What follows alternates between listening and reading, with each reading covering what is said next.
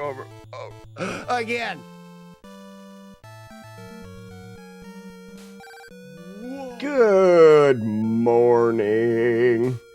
All right, cross your fingers that the computer doesn't crash. Cross those fingers and dot your I's. Stop it, phone. You suck. Stop being a suck, phone. Good morning, everybody. Ugly Al. Zero. Guilty of being right. TBS Chaser, good morning. Navard, happy cup of coffee. My coffee is too hot to drink right now. Just got it. Should make Jodosh a VIP. Should. Probably won't. I'm just going to use it to warm up my hands. Yeah, Jodosh was really very helpful. So what I did is I had two solid state drives. One that has my operating system and program files on it, and that's the one that is dying. I was able to back up everything to my external, so that drive is completely backed up except for the operating system. Then I took and downloaded a Windows 11 like jump drive to fire up Windows 11, and I've got an SSD in there that's got 500 gigs. Good morning, Iron Monkey. 0 to 14. Jan, Drumpapod. Drump Dramapod. Is that right? Dramapod? I don't know how to talk. What's up, Jan? So now this weekend we're doing a brew day, and I'm gonna have some time this weekend to after the brew day to take the PC, open it up, unplug the external, remove the operating system and the bad drive, update the CPU, which my brother has a CPU that is an upgrade for me because he just upgraded his.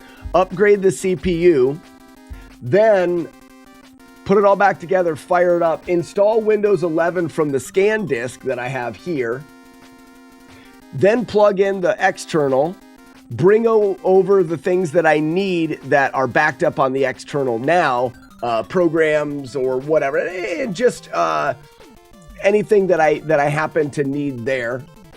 I'm sure directories are going to get mixed up, and I'm going to have to work through some stuff, but I'll have time this weekend to do that. I didn't want to try to do that today and miss another day of streaming. No, so Chaser, brewing beer on Friday. I'm going to put Arno to work helping me finish insulating on Saturday. Arno leaves Saturday morning or Sunday morning, and then Sunday I'm going to spend the day. I want to check something quick.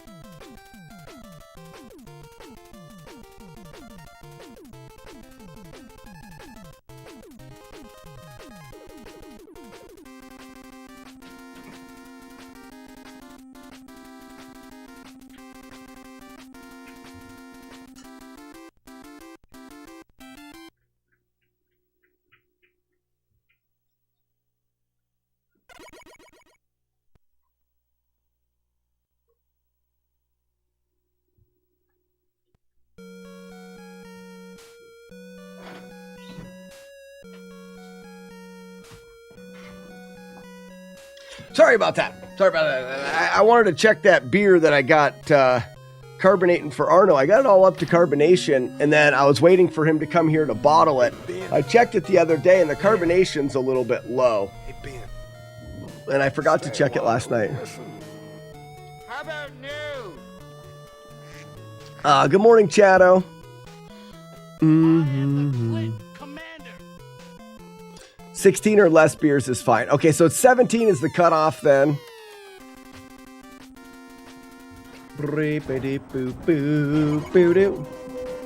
J-Guard, that is true. J-Guard is the clip commander, but that does need to change. Today, I think that we should go through. It is a new month. We need a new clip commander, and we also need to do a drawing for a giveaway of an actionless figure. You should give them a spin. Oh, thanks, Jan. So, almost. It's the name of my band. So, not Jan. The second one is the name of your band. The second part is the name of your band, right?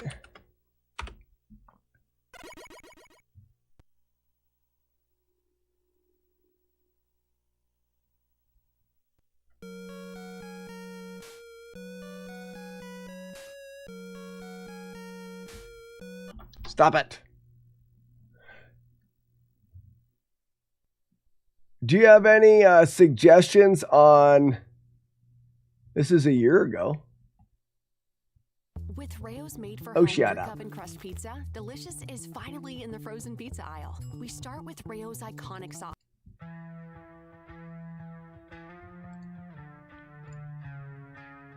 Hold on. Are you okay that I listen to this with everybody? I'm imagining you're fine with me playing it.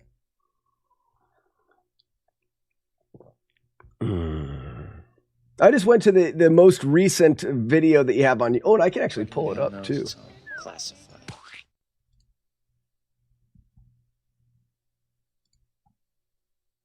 You're fine. You probably want people to see it.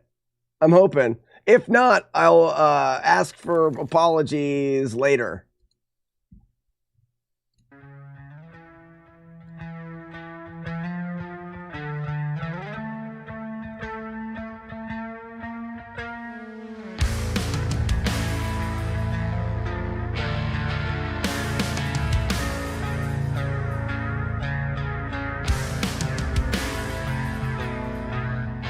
Sorry, it's a little too loud.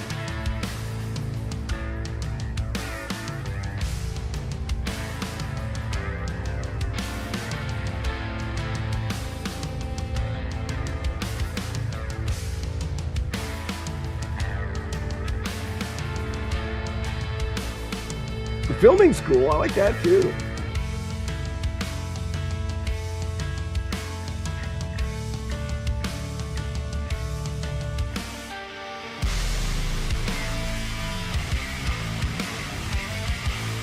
I like that.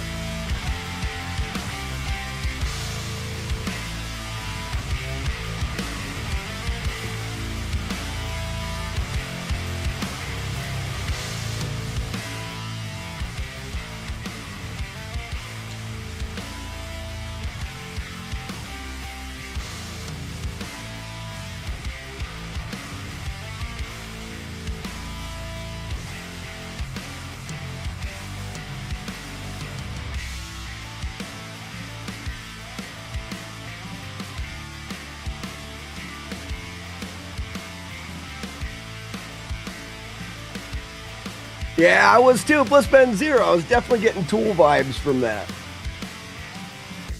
The sky turns black with an ominous sight as the world falls into eternal night. The stars fade away like a distant memory, leaving us to face a world full of misery.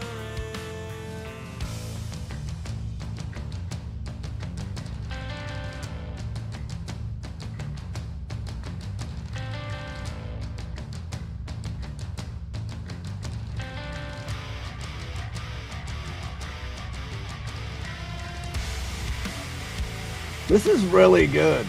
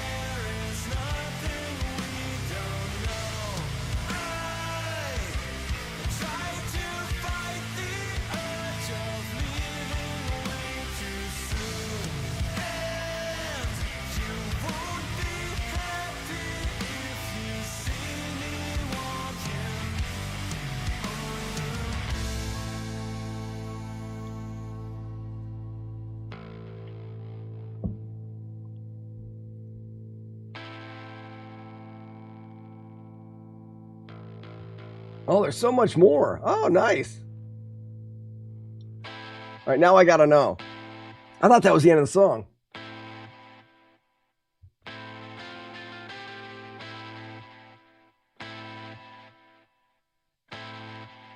I know what I'm listening to this weekend while I'm doing construction work.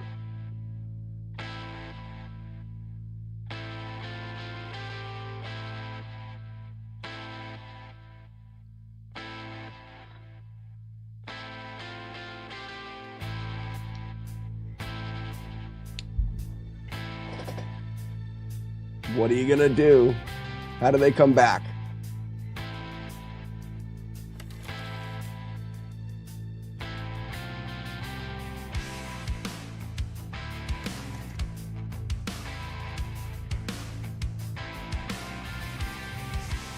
Yeah, Chaser, however you want to write it. That sounds good too.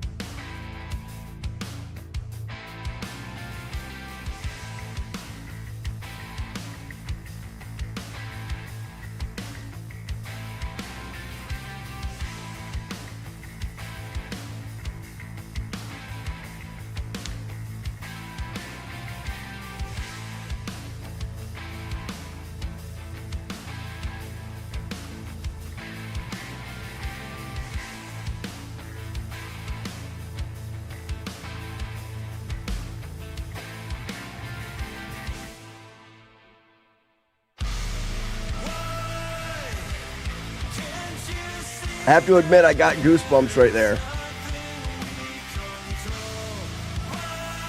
This is no shit.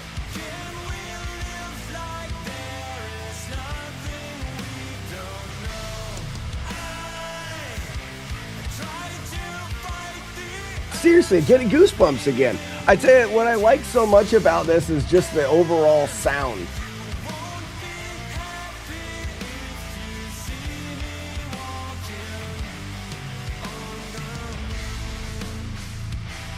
The crunchiness of the guitar. I mean, everything sounds well. The balance is super good. It's clean.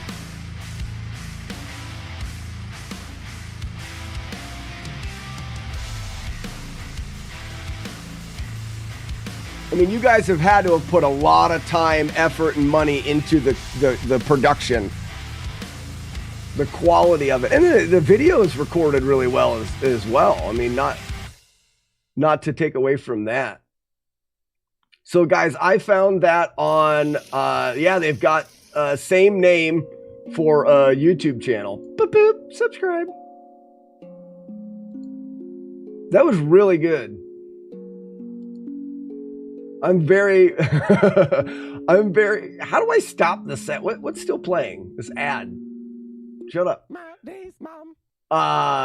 You never know when someone comes into your Twitch chat and says, oh, I have a band. You don't want to listen to a piece of garbage and then have to go, this is great. Genuinely, really, really enjoyed that. I will 100% be listening to more for sure. Potato Face didn't walk into a jam stream. Well, we had Jan come in. I'm just going to go with Jan because I can't pronounce the actual name. Said good morning. I stumbled over the name and they were like, well, it's my band's name. Well, you tell me you have a band, we're going to want to listen to it. That's really cool. Jan, that's one thing that I do enjoy probably the most out of being a live streamer is the people I meet and the things that I have, the opportunities that I've had to interact with cool new people. I live in a very rural town in the middle of nowhere. This is my community. These are the people that I interact with. I go on, I'll be going to a trip here at the end of the month to hang out with people that I met online. It's a Speed Gaming Live is doing an event in Virginia. And then I'm going to hang out in Florida this winter with a buddy, Matt, that I met through this channel. In January, I'm going to GDQ to hang out with some friends that I met doing this. This is the community that I don't have locally. I don't have people that like to play Nintendo. That is the main reason why, whether my stream pays the bills or not, I will always, as long as I can, be a live streamer. I'm going to be a live streamer because it gives me something that I can't get here. And if you come in here and say that you have a band, we're going to listen to it. And I'm very happy that your band is good because I feel bad having to tell you that it sucked. Good morning, Waterboy. Happy cup of coffee to you, sir. Papa Goons. At first with the music, but then it kicked in. Papa Goons, you came in the middle. There was that break in the middle of the song. That song starts out really well. And then it has that, what do they call it in music? That break in the middle of it. And I love the anticipation. I literally got goosebumps when it came back in. The part of that, shut up just a second. The part of that I liked so much is I love a crunchy guitar. And you can riff as much as you want. If it sounds bad, it doesn't work. And the music there, it just sounded so good, sounded so professional and put together well and balanced so well. You probably could have had any type of a riff done with that sound is going to sound good. And then I always worry about vocals. I'm a very vocal focused listener to music. Even though I listen to a lot of metal that has like screaming and growling, you can't just scream and growl anyway. It has to be good, otherwise you kind of ruin stuff. And the Tool vibe from that was great. And I think that the clean vocals, I don't know what the rest of your music is like, but the clean vocals in that song, it was really good. Papa Goons, I like all music as well. I tend to go towards rock and metal. I grew up on a dairy farm listening to country music. I would say rap is probably my least listened to music, but I definitely still can listen to and appreciate rap. It's like if I tell you I have a band, don't trust me. Chato. Fair. Metal Man, let's go. Anyways, Jan, I hope to see you, in chat. Do you still play retro video games? I don't know how familiar you are with my live stream, but I've had a challenge going the last,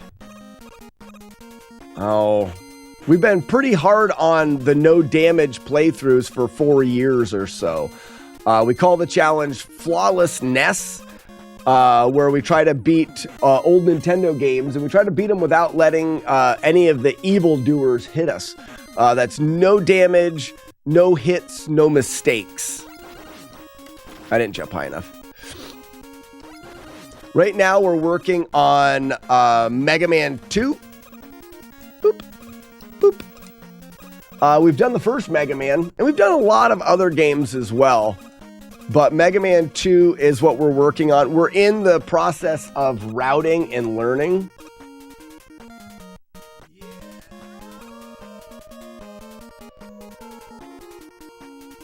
Hey, Jan, thank you so much for... we've got sub for 3 months. So you've been around for a while. Must be the first time you... Hold on. Have you chatted before and I completely forgot? I don't think so. I would have struggled with that name earlier, and I don't remember struggling with it. Or did I? Sylvia, the Ninja Gaiden Damageless was the breakthrough that kind of started it all, for sure. Uh-oh. All right, so when I go through here, I got to get here fast enough with taps. Nope. So... maybe I don't want to do it this way. That's how I've been doing it. I mean, I could just as easily wait here. and do that.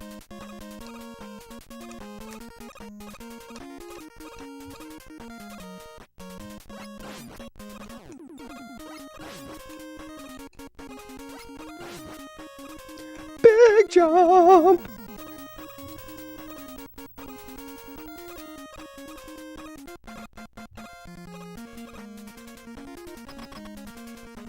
I'm glad I tuned in. I know the lingo now. The lingo. Is there one path on those stupid screw things? I thought they were random. So Commodore, they feel very random. Let's go back, I'll show you again. Those screws feel so random until you realize they have a spawning timing, but where they spawn is exactly dependent on where you are. So by killing them, you open up new spots to spawn more.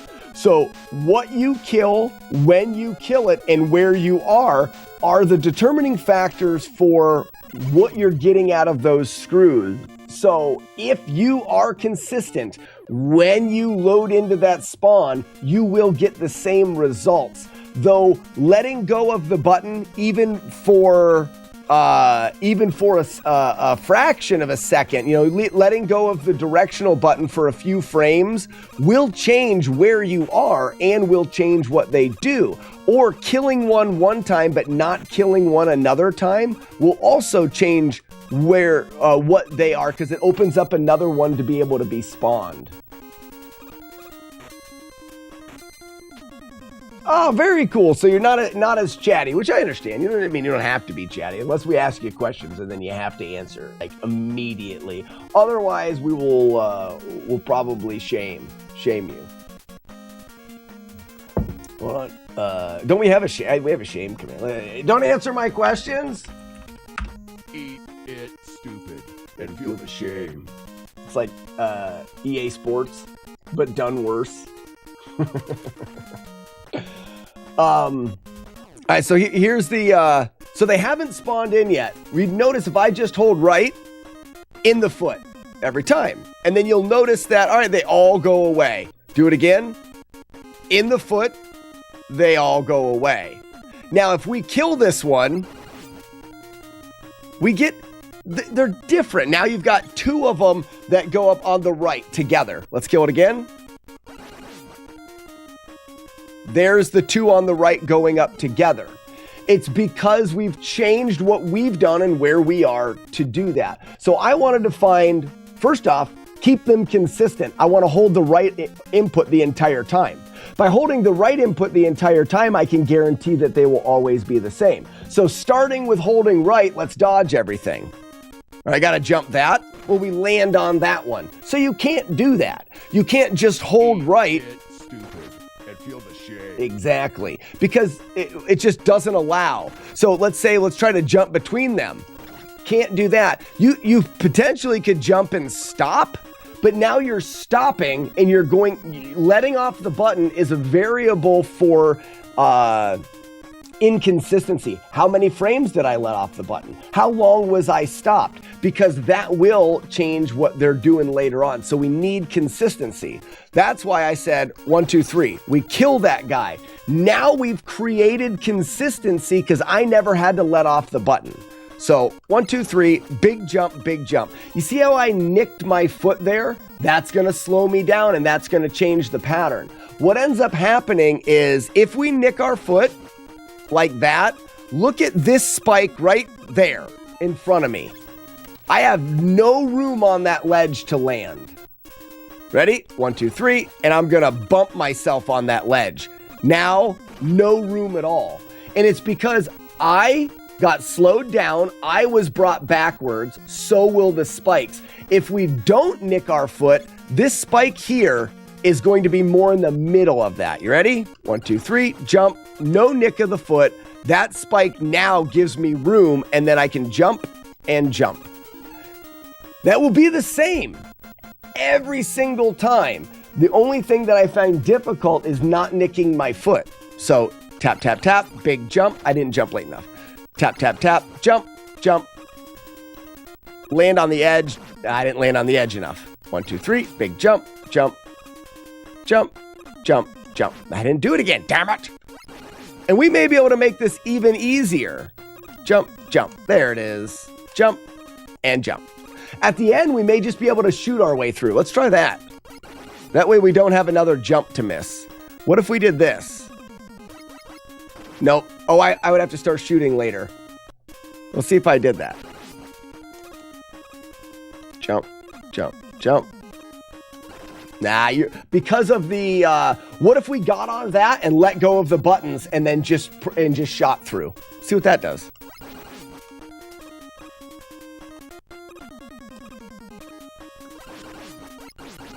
Ha! You just do that.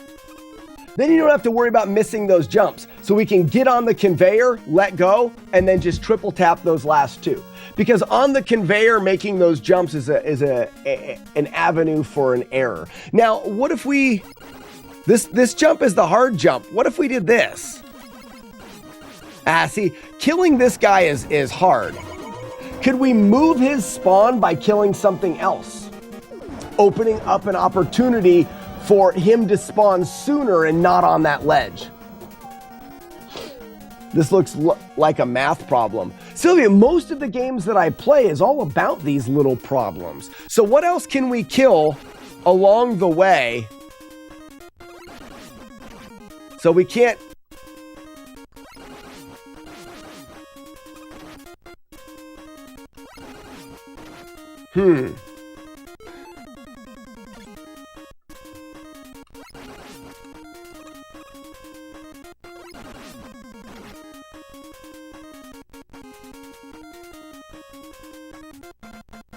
No, I think that jump stays.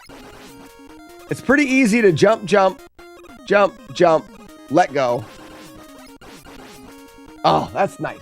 Anyways, so that's going to work out well, and you guys can understand that all of those spikes are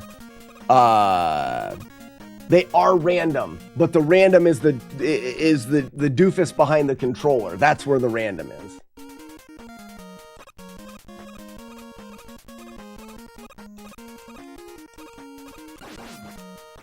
That's how I was doing it.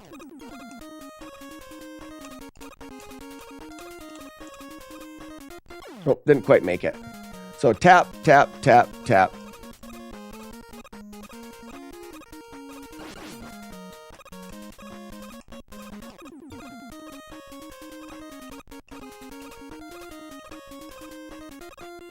Jump, shoot, jump, jump, shoot, jump, jump, jump, shoot. Big jump. Very nice. Ba-ba-ba-da.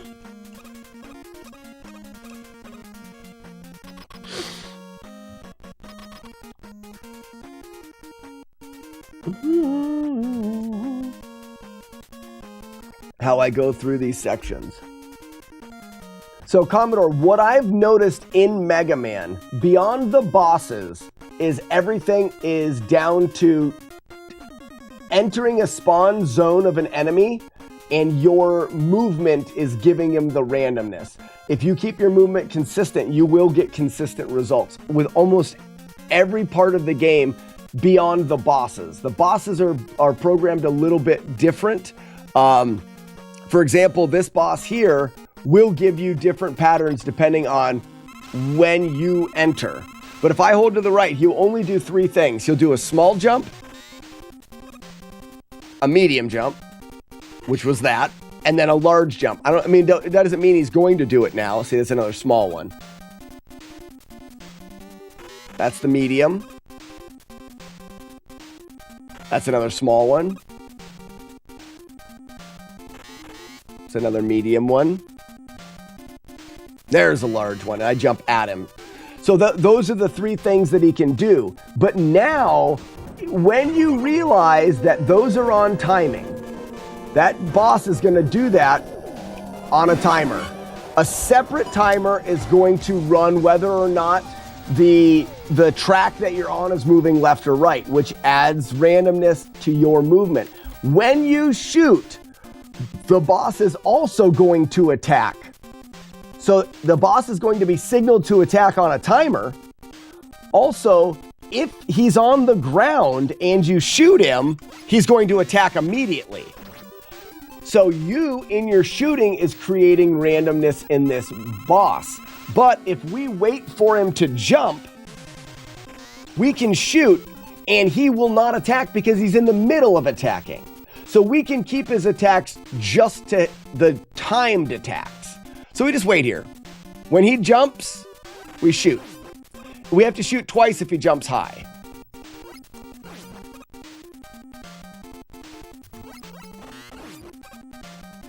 Now this is going to be a free pattern. It takes a little longer.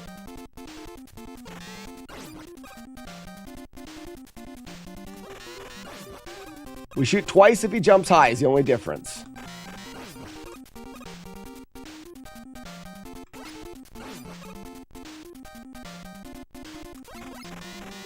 I missed him with a second one.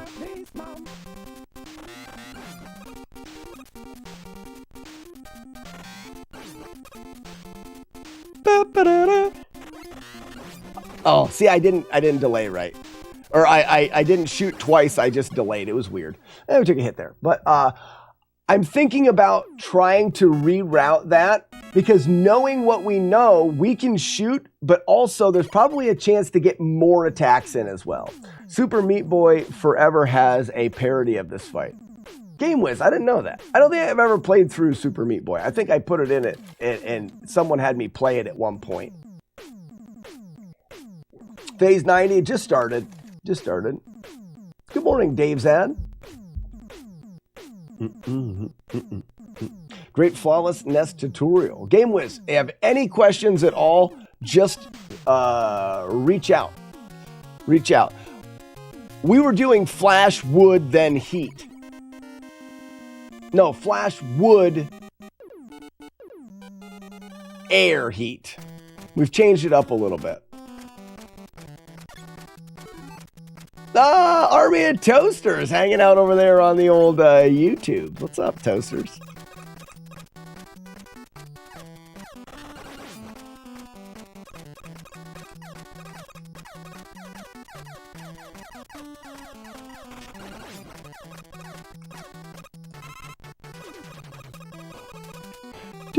One, two, two, three. Switch back to this guy.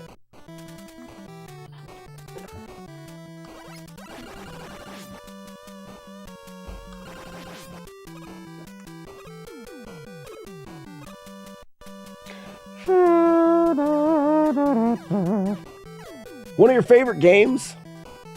Hey, Toasters, weren't you thinking about coming here one day with Arno when we brew beer?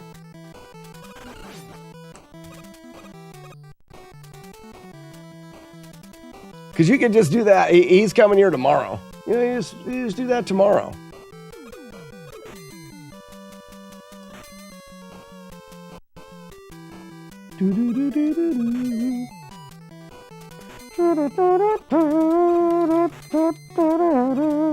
I want to practice this here.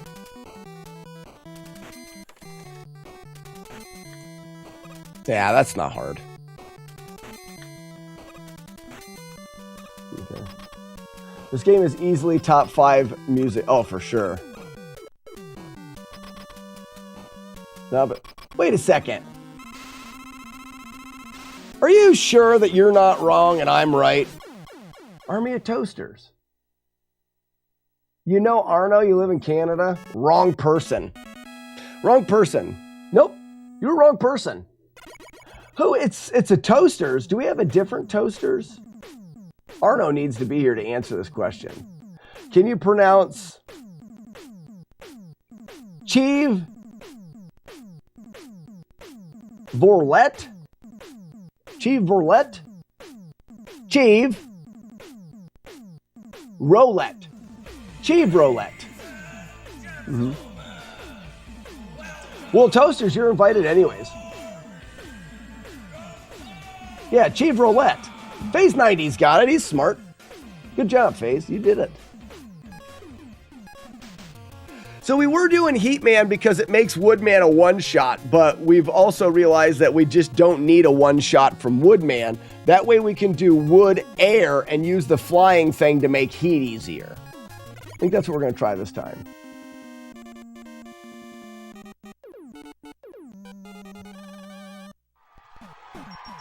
I'm probably wrong. Yeah, you're wrong. You don't even know who you are as a person.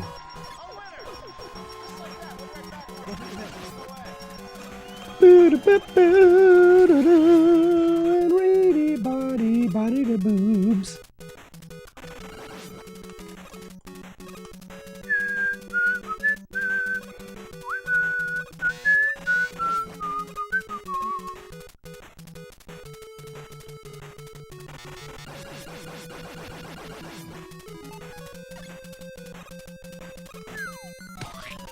Beep, beep, beep, boo.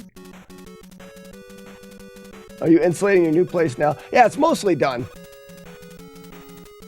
I ran out of wire. I've got to wire in the thermostats for the heaters. But after that, it'll be ready to finish the insulation. And then I've got, first thing next week, I got a guy coming doing all the drywall because I just don't want to do it.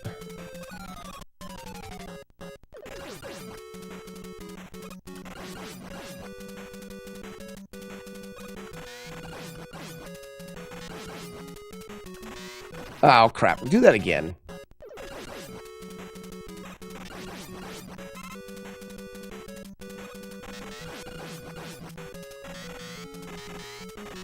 Why is he not there? That was weird.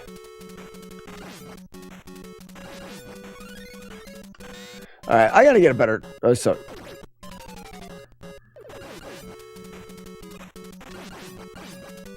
Oh, I was waiting. That's why. We jump up here... Then we go. That gives the timing. Wrong, sir. Wrong. Get I was wondering why that didn't work. So jump. I can go right to there. Then this guy will come.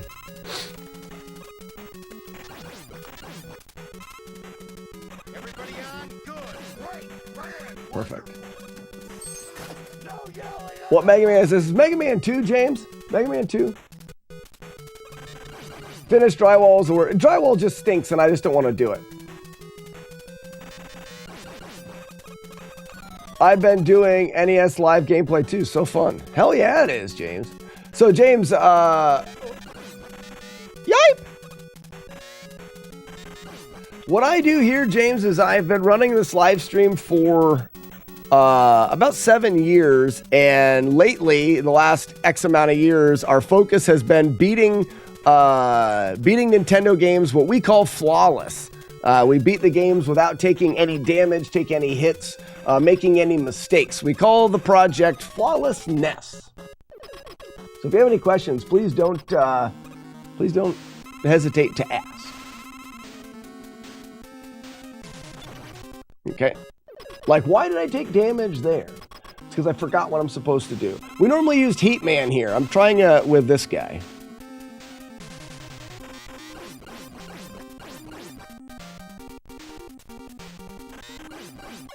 Okay.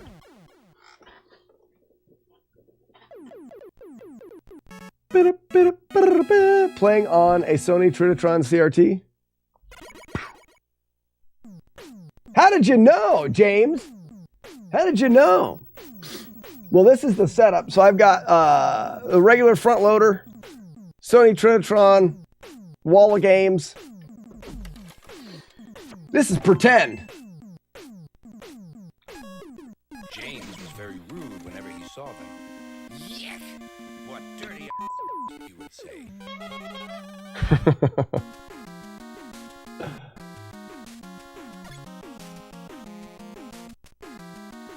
Oh, I bet you it would, Dave. We're not going to do it because we normally want to have... No, actually, I could do bubble. I could if I wanted to.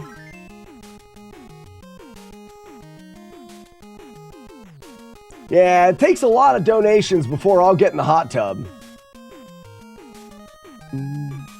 James, you're on YouTube. I have a playlist called FlawlessNES, and it shows not all of the games. Still, some of them haven't been uploaded, but it'll show you the games that I'm close to 50 games on the original console beaten without damage. And for a long time, we focused on the notoriously difficult games. What got me started in the project was Ninja Gaiden. So I proudly hold the title as the first person to ever beat the original Ninja Gaiden without taking damage. Whoops.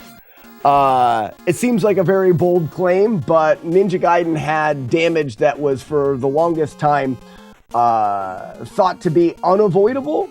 And it was just chalked up as like, it's just not possible to beat the game without taking a hit. And when that was brought up, we decided to dive into it further, and we used some speedrunning strategies to actually figure out a way. It's not figure out a way. I can't claim the figuring it out. It was known by speedrunners that it was possible, but it was so difficult that it was just chalked up to improbable. It was still never going to happen. And we got a chance to make it happen.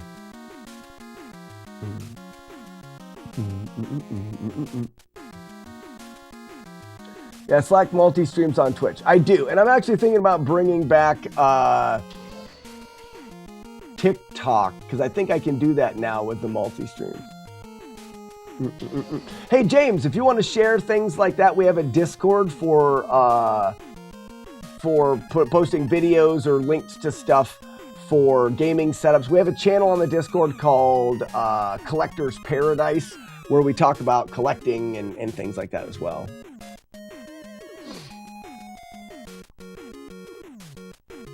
Yeah, Ninja Gaiden was the first one. I've since finished the other two Ninja Gaidens as well. And I believe, I'm pretty confident that that's a little title that I can hold is, I'm the only person to do all of the Ninja Gaiden games without damage. I didn't do them together. It's not like I've done all of them back to back to back. That is possible. We've just never done it. That could be for another day.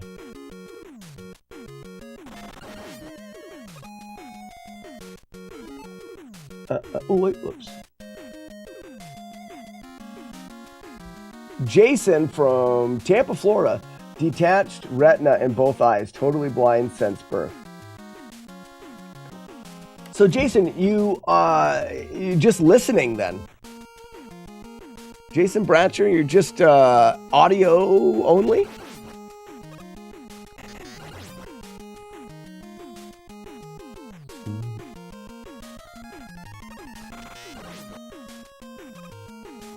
This is a good game to audio only. The music is great for this game. So I turn around here to get that bird to load in behind me, and then his little birdies will chase me across the screen, and I don't have to worry about timing the other ones.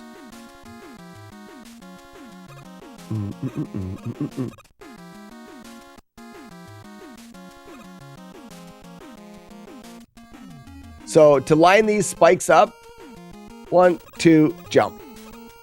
And now the spikes will come up together.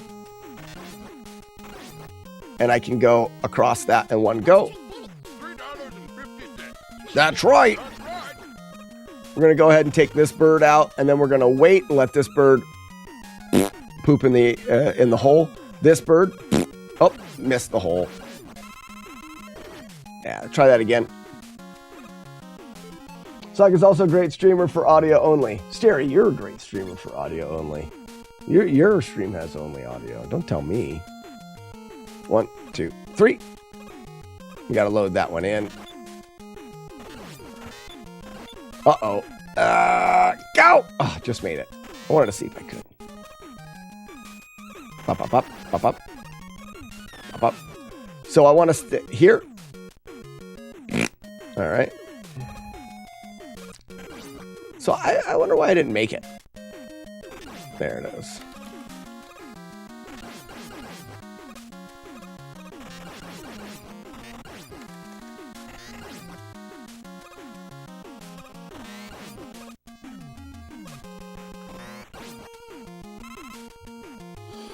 James, I agree. NES has some of my most nostalgic audio and some of my favorite... No, you jerkheads! I gotta do Heat before this. What are you doing to me? You silly butts. You dirty butts. I gotta have item 1. Yesterday you guys are telling me I don't have to do Heat. You're stupid. You suck. You suck. I don't suck. You suck. You suck.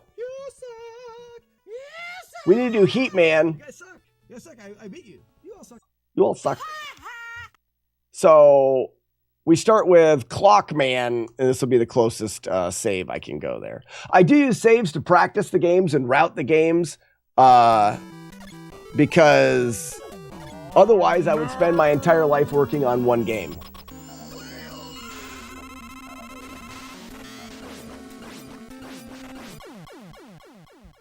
Sorry, 300 dupes. Sorry for such dirty language. Bloop. So the reason why we have to go this way is because the way that we do a consistent Windman is by having Flash, which I just got, having item 1, which I get from Fire. That's why I can't do that out of order. And then Wood's attack, the Stumpy 2-Pumpy. So if I have to have those before Wind, I can't take advantage of the rocket that you get from Wind to do Fire because I need Fire first. So the logical way to do it is Metal first, because Metal can be done pea shooter only and it is just a very versatile weapon. So you do Metal, then you do Clock, then you do Heat, then you do Wood, then you do Air.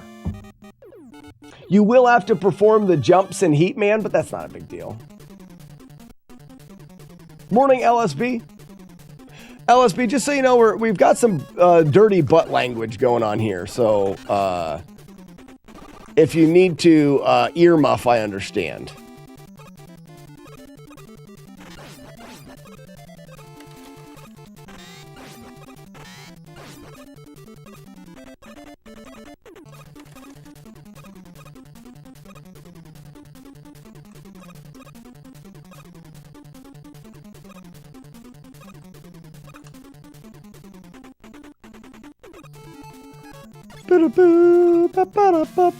What?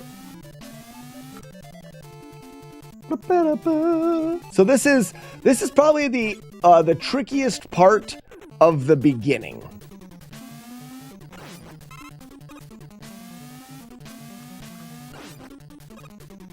But it's not bad. So I do 2 prep jumps. 1, 2, jump. Oh, I missed it. Oh, I still got it. Nice. I wonder if you could be on, let's try that again. I wonder if you're on the side, you're fine. So we go early. Anyways, that works fine. That's the hardest one, I think, to time.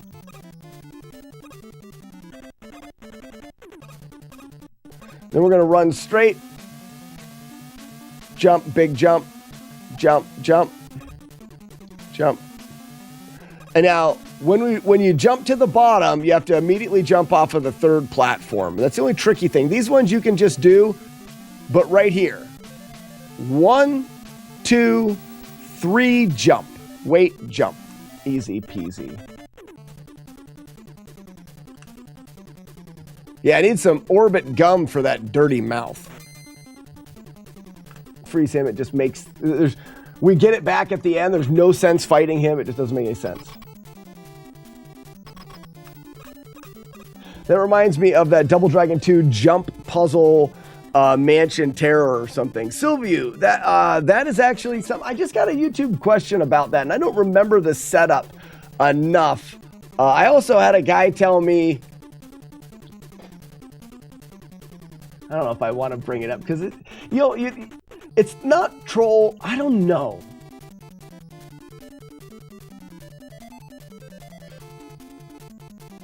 I want everyone's opinion. I'm really curious about what people's opinion are on this. It doesn't matter to me, but out of curiosity's sake. Oh, the comments have been deleted. Oh, well, never mind then. So I must have not been wrong with those comments. I think they've been deleted. Yeah. Phil, that's interesting. Okay, well then I don't even need to bring it up. I don't need to go over it because I've led you guys on enough. You're probably curious. So in that section of Double Dragon, there's a jump puzzle in the mansion part where you can actually exit the stage early. And in the speedruns, it was always something, when I was doing the Double Dragon no damage and learning the speedrun, that was always something that was random. Nobody went for it in playthroughs. You just didn't go through it because your chances were so low. And if you missed it, you would be adding way more time to your playthrough than you stood to gain. So, oh, Commodore Chronicle, sorry I missed the 12 months resub. This is actually 1 year, hot dang. Well, there you go.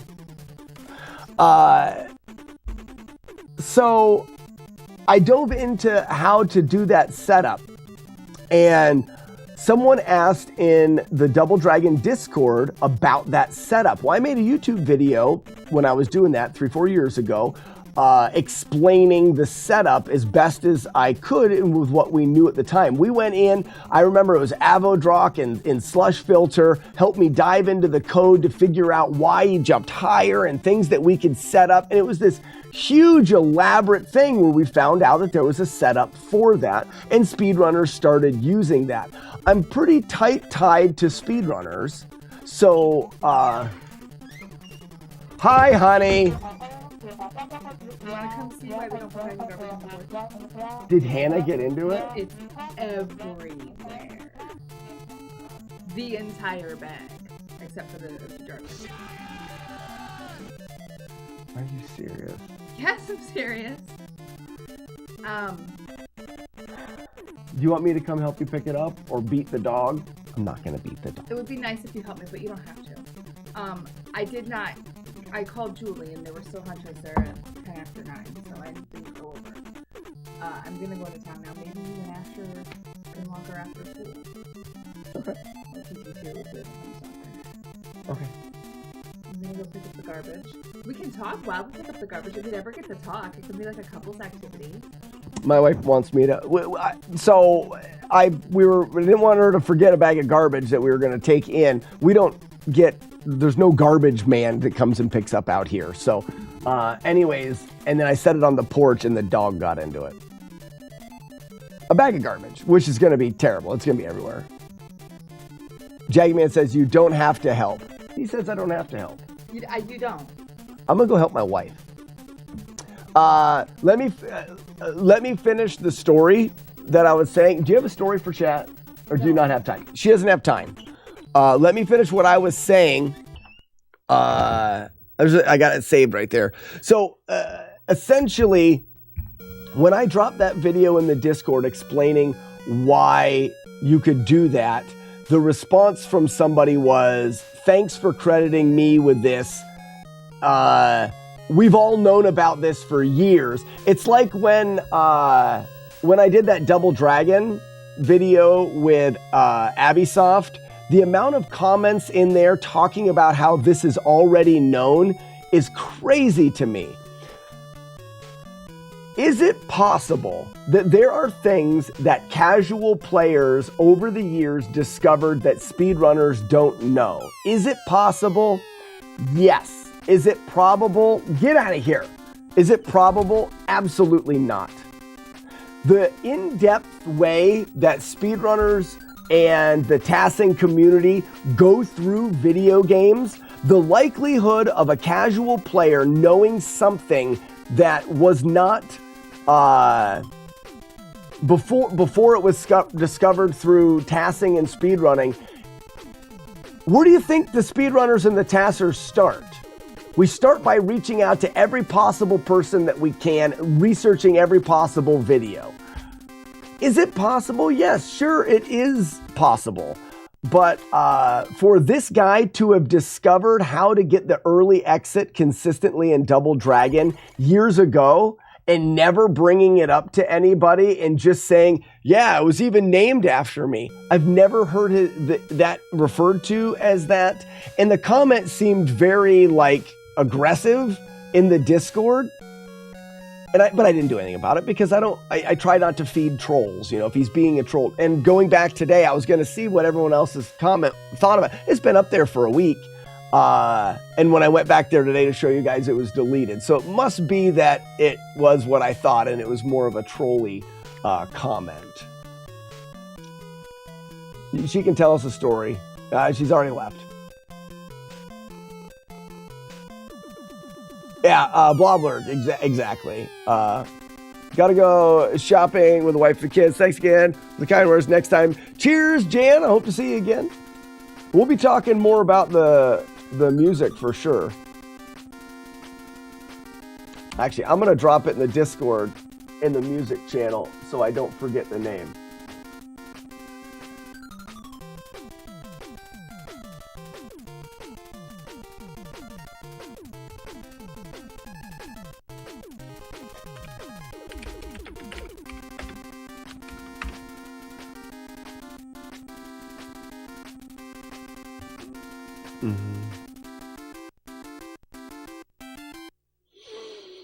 Anyways, we're not going to get any more into that other than it's just interesting to me the amount of people that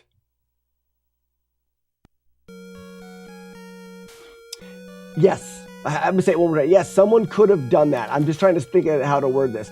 But the amount of people that say that they knew about certain things and somehow it was never known in the biggest collection of retro gamers. I would say the biggest collection of retro gamers is the speedrunning community.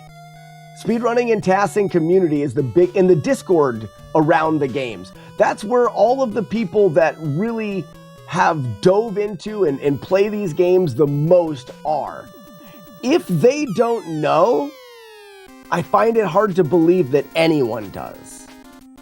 But it's possible that someone does. But is it possible that 36 people do and it was never heard of or brought back? I just don't see that as being a thing. I guess it could be. I'm going to go help my wife pick up that garbage and I'll be right back. It'll be really quick.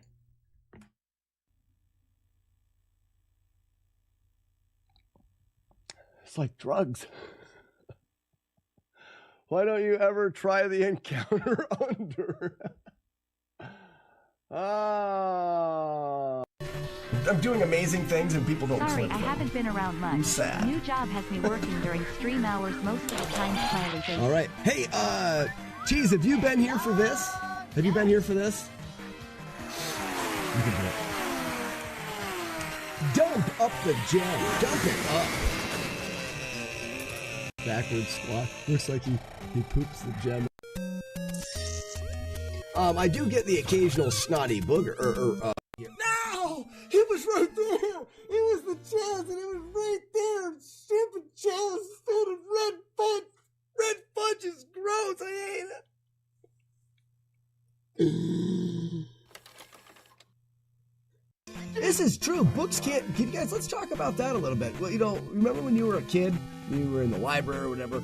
Books have a really odd smell. And sometimes, I'm going to say it, it's going to be weird. Sometimes they smell really good. And other times they do not. Why do I feel like I know what books taste like? Maybe it's because I was a kid, I licked them. Did anyone lick books as a kid? I feel like I've licked a book and I know what it tastes like.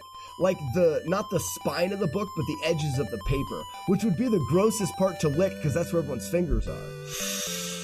I feel like I know how that tastes. I don't remember actively licking a book though as a kid. Where I can continue whistling. Seminole, if you're looking for a cracker where you can continue whistling, then you don't want a cracker. If you have a cracker that, like, that is too much moisture in it, then it's not doing its job as a cracker to absorb what you're putting it into, right? Like, let's just be honest that you don't want a cracker. All right, here's an interesting one. Animal crackers with or let me do this.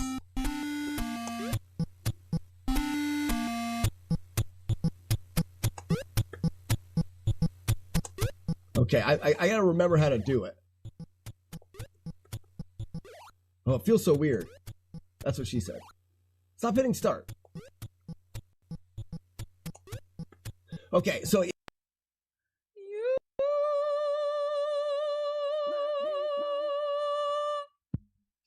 that was for you, Matt D. Woo!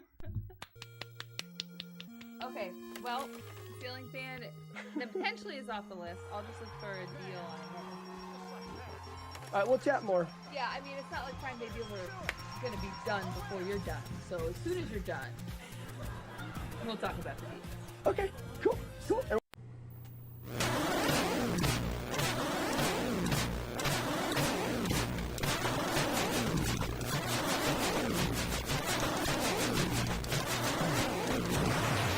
that cookie down. That's a PB. Now.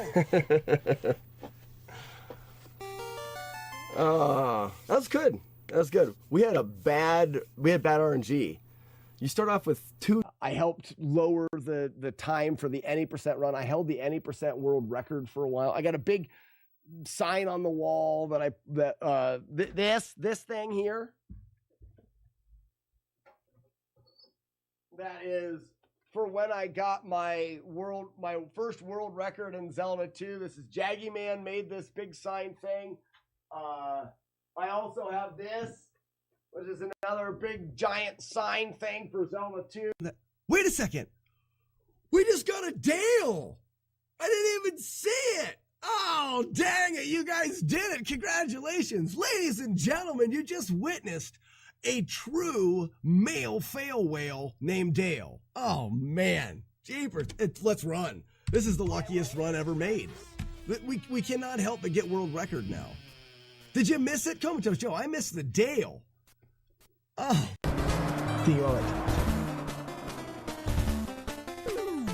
Think of all the delicious Chinese food. There's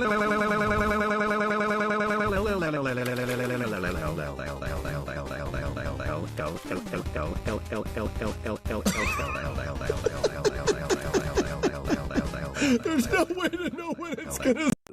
Warlock's addicted to sausage. Warlock's addicted to sausage. Loves it. Loves it. Ouch. The idea is throwing as soon as possible, because even if he chooses to... Whoa, look at that glitch. That was cool. You see how he's starting to glitch into the ground? That was kind of fun.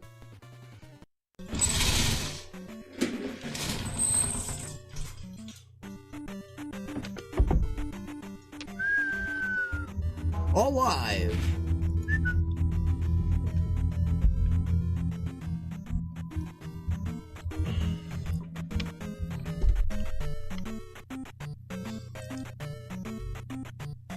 All right. One, go. That may have been too fast again. Crap. One, and I go. Feed it a beat it a body boop. No, that's fast. This is good. All right, get the double kill. You giant turd.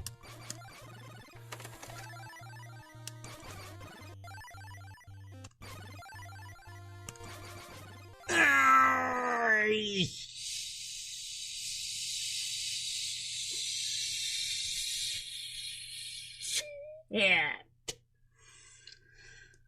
That was a good run. I'm lightheaded. Whoa. Reset. Smash. Wait a minute, man.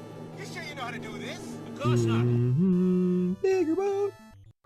Oh wait, there's a thing I can do here too, right? Give me your shovel. Desmond Array Dans C Mandy. Oh, again with the Mandy. I don't care about Mandy. Non-pass questions. I don't want that. Why was the timing not correct? There it is. I'm not hitting it soon enough. There we go. Wow, the timing is terrible. Linda. All right, we got hit a lot by the Lindas. We're gonna need to do a little bit of warm-up practice there. That was terrible. Get in the door. Clunk. Hey, you're gonna get you in your mouth. You get diarrhea for a week.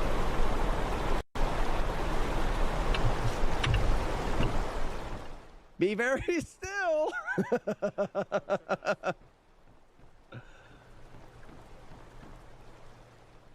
All right, don't move, okay? Don't move. Stay right there. There's the bone. Okay. Shh. What a stupid bucket. Don't move. Don't move. Yeah, you moved. Damn it. Who makes the wolf howl? They call me Val. Hey Val, thank you for the host.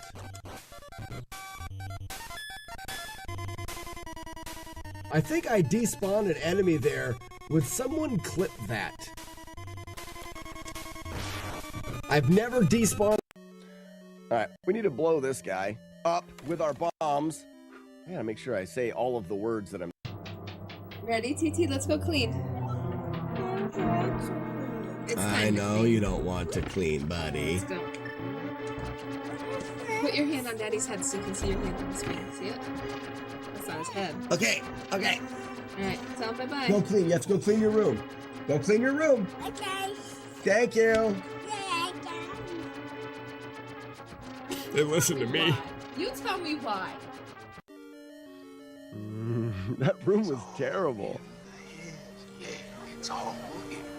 Yes. In this run, we don't do cheaty clip things where you clip through blocks. It's for cheaters and speedrunners. Let's all be honest. All speedrunners are cheaters, and glitches make all games easier. Fact. If you use glitches and or are a speedrunner, close the door and finish the loop. I think I just heard that guy.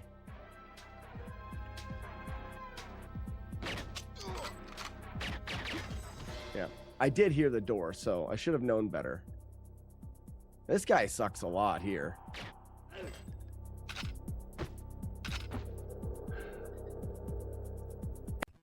I don't even feel like I do it. Oh wow, that you can't even hardly get hit by that first part. Look at this. You get it? You guys get it?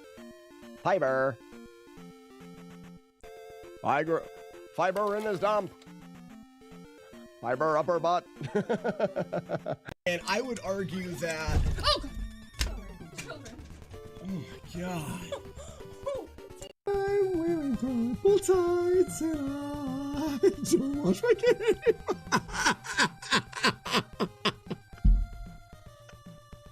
I don't wash my game. Oh my gosh. Oh. Let's sing it forever. Hold on. All right. I earned brownie points for doing that because it was a mess. There was something in the garbage that the dog really liked. And the thing is we only set that garbage out there 20 minutes ago. Right before I started the stream, I set that out there. So how bad was the garbage explosion? It was bad. It was bad. But that's all right.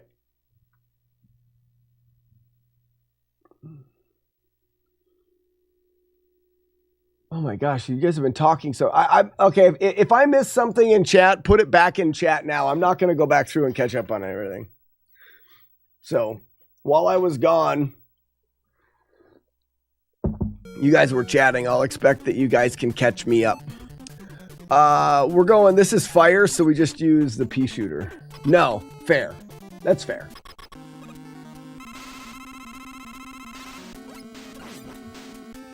What happens if it's in the corner?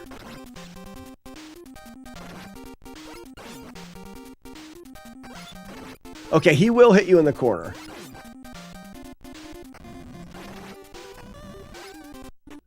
Okay, I just wanted to see.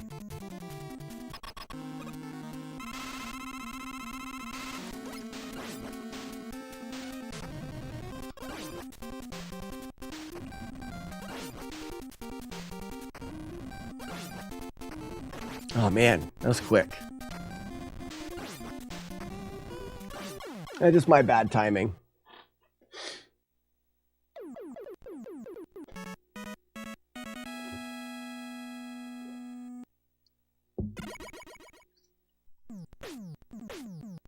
Thanks, Jason.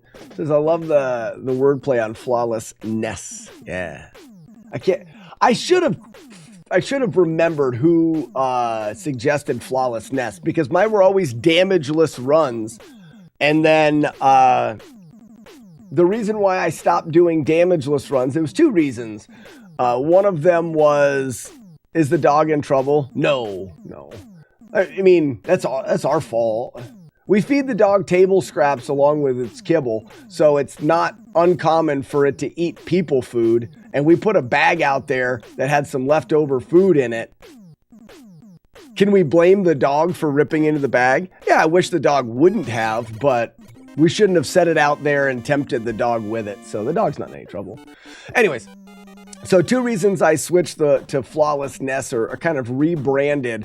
One of them was, there are games out there that we are not going to be able to beat damageless, because they just, either you don't get damage or it just doesn't fit that description. And I wanted to have a description that allowed for essentially all games. So we needed to switch what we called the project.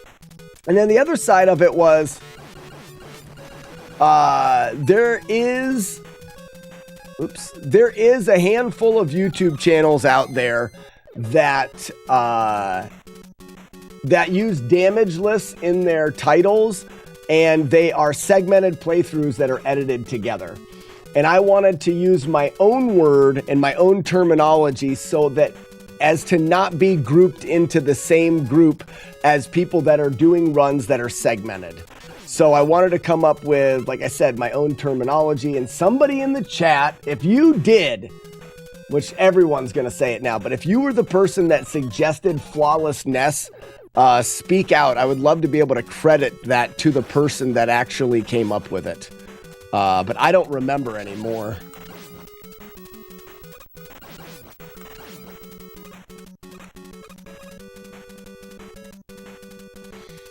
It is smart, so we can figure out the process of elimination. Yeah, it wasn't me.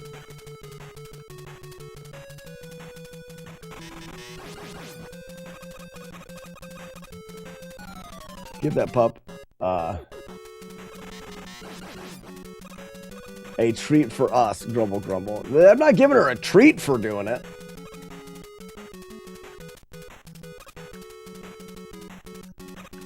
Whoops, that was my bad there. You know, okay, I don't have any more of that. Fibonacci, it was your mom. No, I don't think it was. It's Slack in trouble. I'm not in trouble.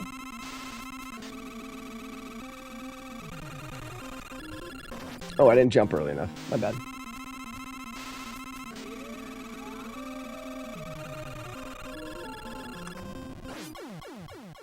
No life, 13 months. That's almost a year. Keep up the good work, bud. Thank you so much for the 13 months. In his friend's basement in 1992.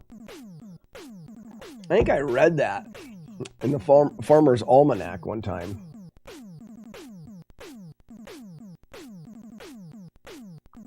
Melodiousness. Let's see. Melodiousness. Melodious? I don't know how to say that word. I don't have any idea how that word is supposed to be said. Only a year if you're a baker. Right, because that's 13. You did it. Good job.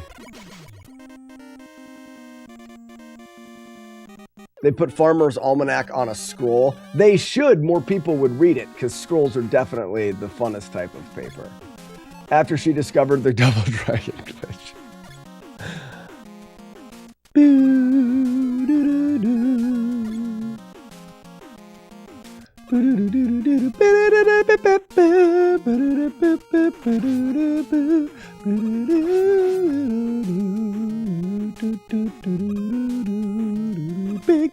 Big. Oh. Gotta do it again.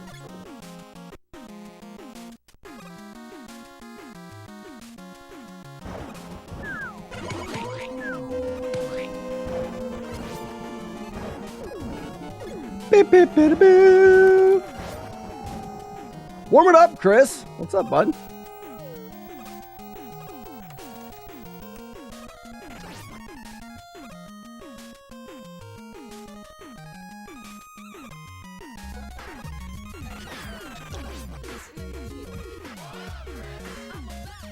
Is toilet paper a type of scroll?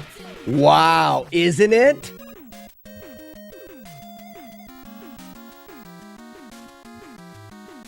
I didn't even think about that. Toilet paper is absolutely a type of a scroll. It's rolled up paper. Wow.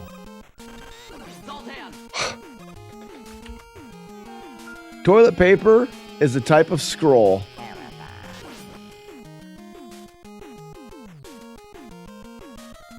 Ancient poop scroll. Diablo wipeless. It is. That's another one we should do again. Oh, I want to play Diablo. Oh, that'd be fun. We should do that sometime as friends. I didn't know that was up for debate. Oh, I forgot that. I guess that's right. That'll be good enough.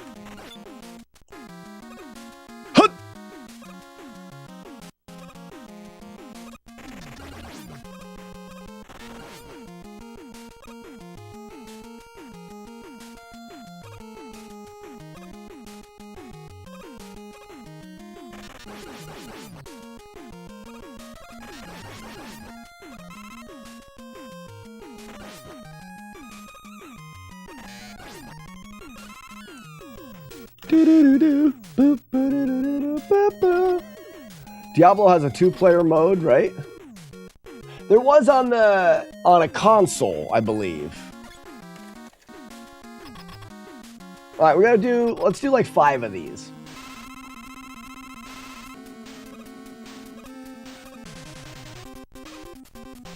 Okay, I didn't do it quite right.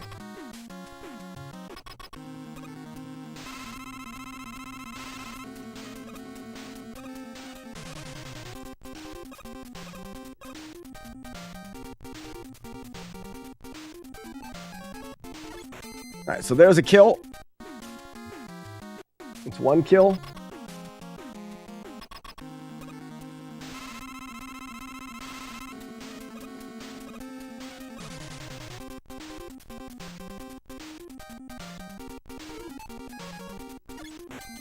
There's another kill. That's 2.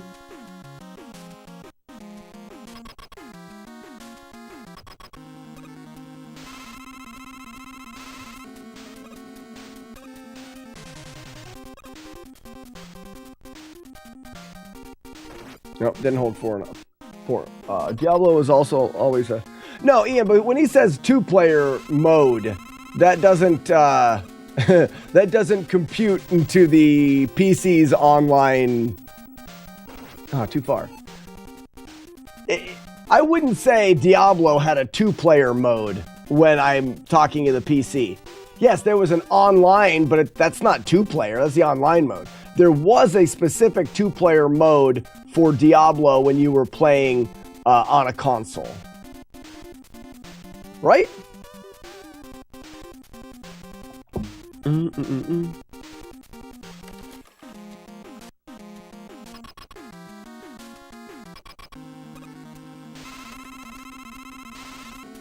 Okay. I think you could have 2 PCs connected by LAN. And it wouldn't be BattleNet. Okay. We definitely didn't have that growing up because we didn't have 2 PCs, but. All right, so wait just a little bit, then jump up. Why am I missing that? Like, it's not, I'm expecting it to pause. Wait, what if I did that? Nope, because that'll run me into there. Okay. I can put one lower.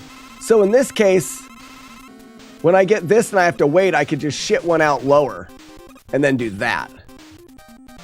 Uh-oh, nope, because I'm going to get hit in the top. That's fine. I can't do that. So it's just the timing is something I'm messing up on. Wait, this is the one where I've got to get over here. Fudge! All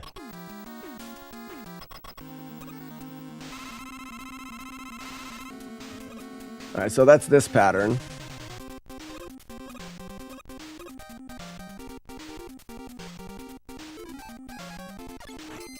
That's a good one.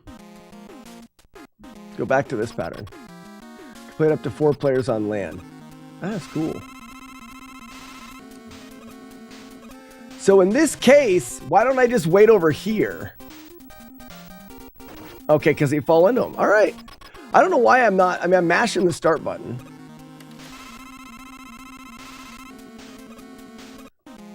I'm not getting the right pattern. All right, we're just going to practice this pattern.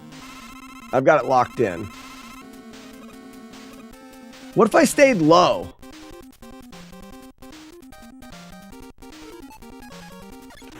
And then I just jump through. So when you get this pattern and you have to wait, you don't wait, you just stay low and to the left. But you have to be, I mean, that's not going to work.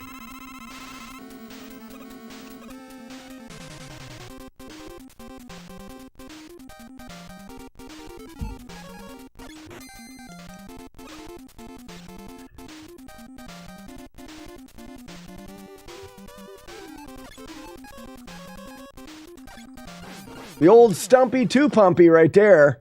Get pumped. Featured 2-player cooperative couch mode. Allowing 2-player to play on the... And that's just what I feel like is a co-op mode. With PC, I don't feel like it was a... When I use the terminology of a 2-player mode, even LAN is still a network connection. It doesn't feel like a couch co-op 2-player mode. And that's why I understand that it's there. But when I think, like Gamebreaker said, couch co-op, I think of that you had to stay on the same screen couch co-op.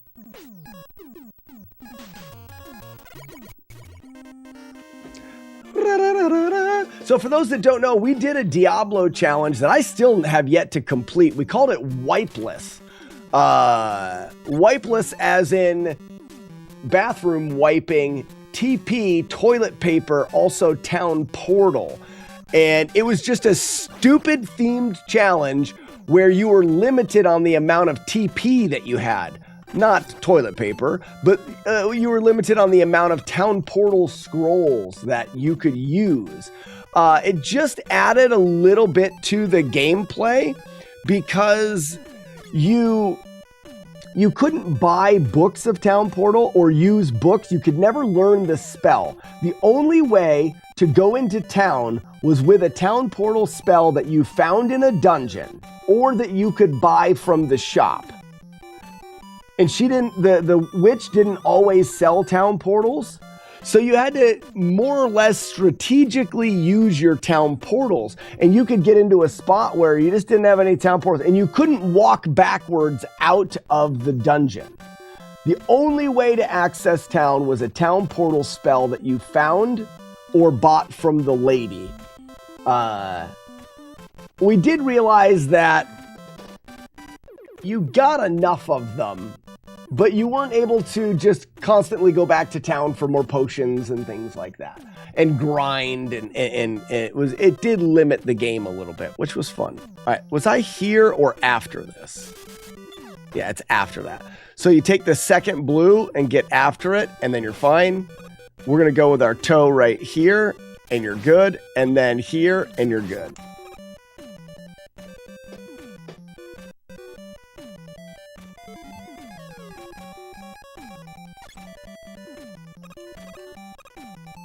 Oops. I gotta do a better one with this. No, I need to just place the one there, right?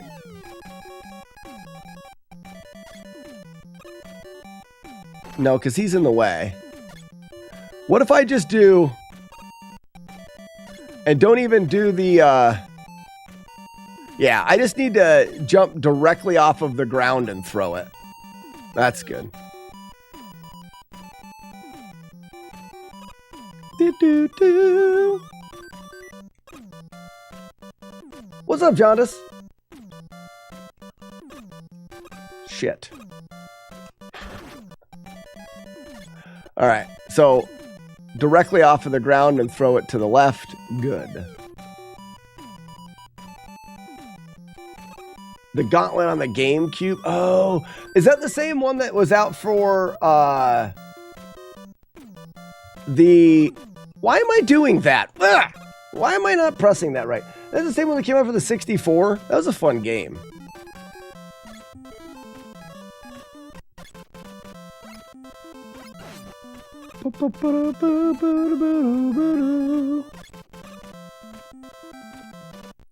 What if I did this just because I don't want to have to switch? That keeps me from having to switch that weapon. Fun fact about the PS1 Diablo is that it has Swedish a voice option. It's kind of hilarious. I wouldn't be able to play Diablo without any other voices than the traditional ones. I just couldn't.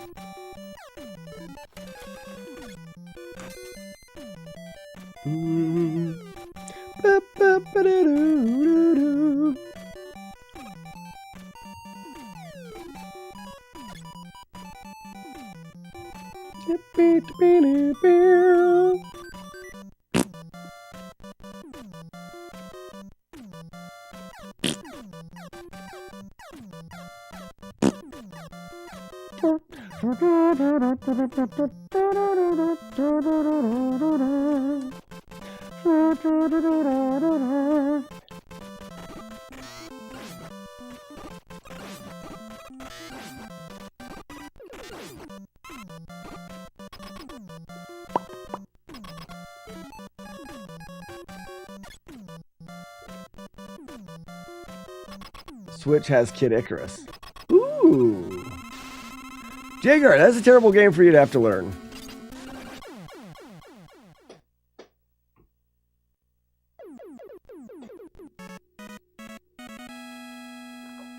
What does your character say when you examine the cow?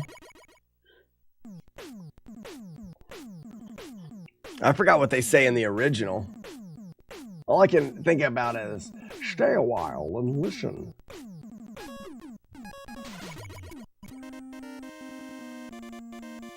I am not thirsty. I am not a milk... It does not say I am not a milk bitch. There's no way. That's great. I want to play the Swedish version now. Though I don't understand Swedish.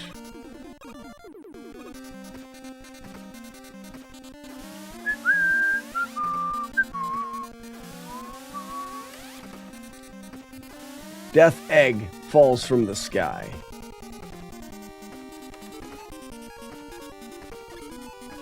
Come on. Oh, I keep forgetting. It's not this guy.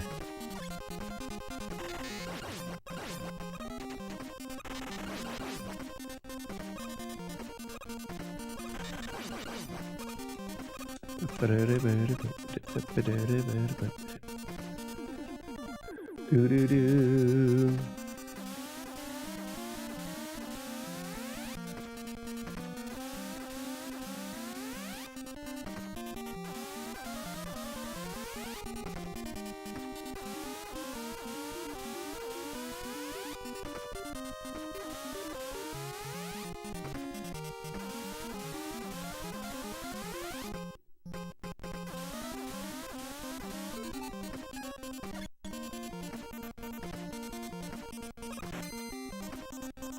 I forgot about using that there. But we won't be able to do anything about it here, which is fine. Oh, I want him to jump. Hold on. So what I want to do is I want to use flash here.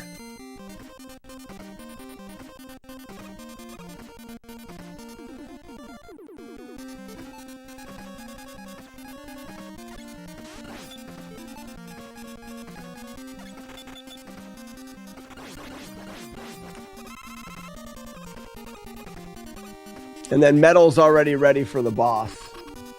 Oh no! We were using, never mind. We were using the flash on that boss. I forgot. Which is fine. Whoops.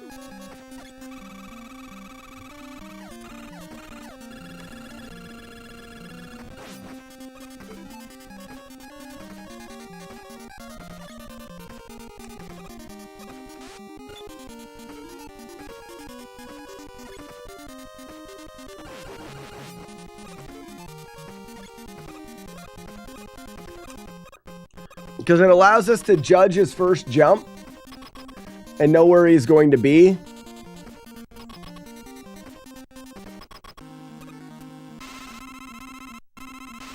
All right, so it's a high jump, means he's going to land directly in front of me.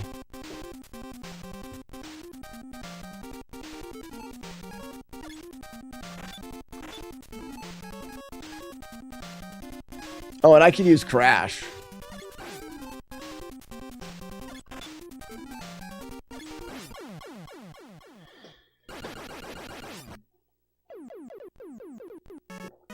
Into crone and old woman. Sounds more fitting. That's funny.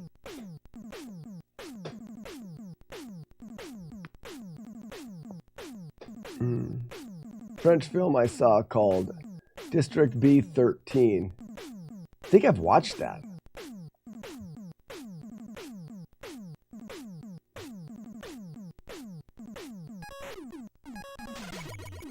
It sounds familiar for some reason. Drunk Justice. For some reason.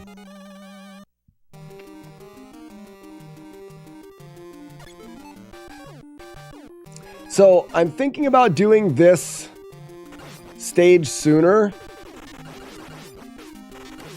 because I believe that Metal Man makes this stage just completely free. Oops, I didn't want to do that. I saved it. I'm going to do that again because I need to do it right.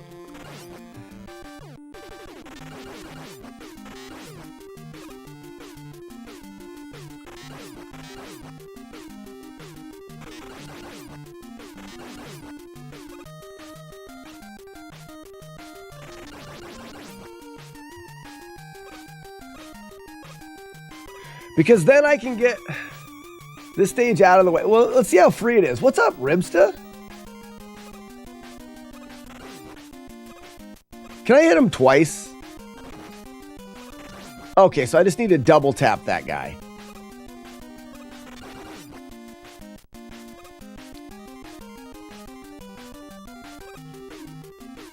I always played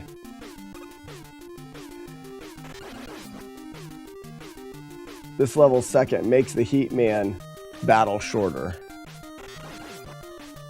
Wait, so Bubble works on Heat Man?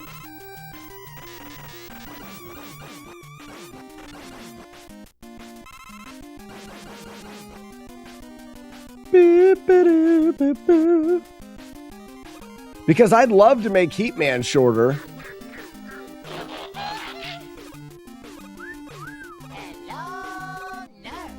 Oh, Bubble's great against heat? Why hasn't anybody told me that? Thanks a lot, chat. I thought we were friends. Because this is all you do is metal in this.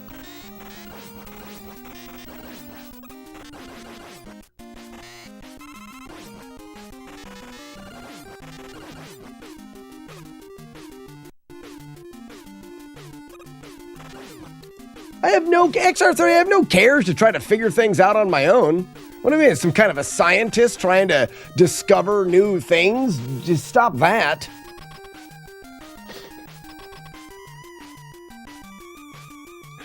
I would do it after the time stopper, though, because this is free. Uh-oh. Well, now it's not. No. I need to enter the door stopping time. Who knew water was it's not water, it's bubbles, it's air. Fire survives on air. You slab.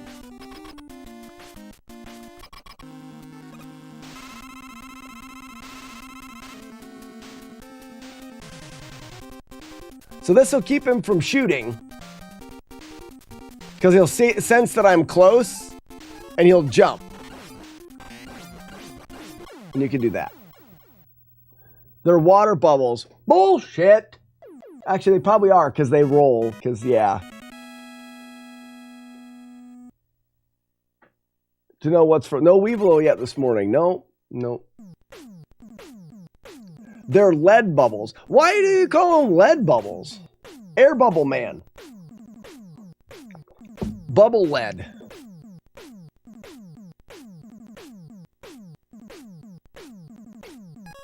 I don't even care. So the new route is going to be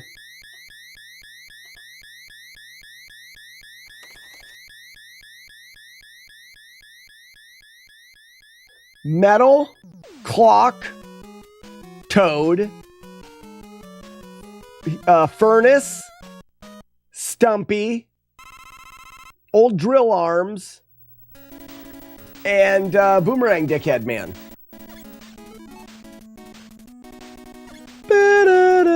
Shoot it in the egg, shoot it in the egg. Ba-da-da. Shoot that stupid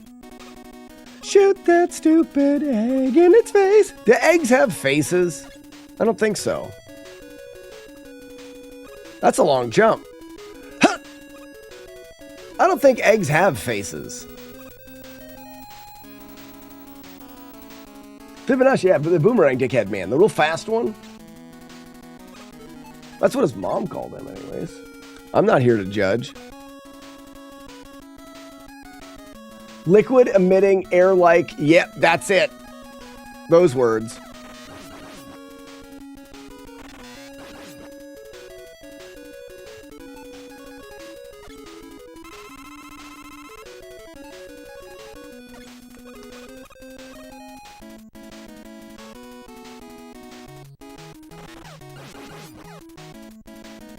Big old boobies.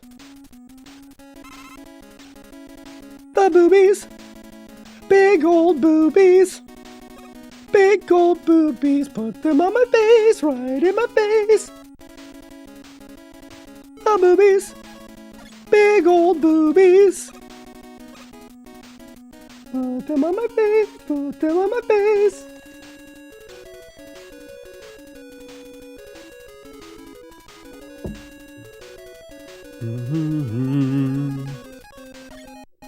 Dragon!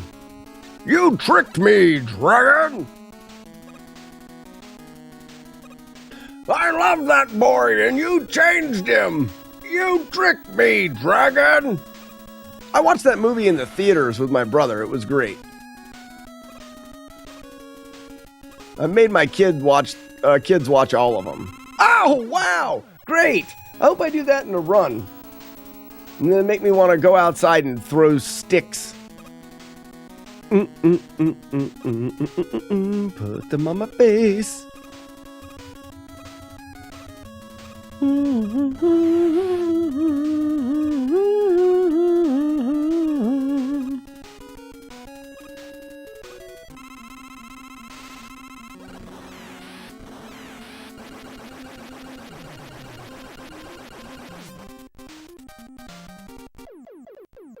Is there a Paper Man? I heard Mega Rock Man is based on Rock, Paper, Scissors.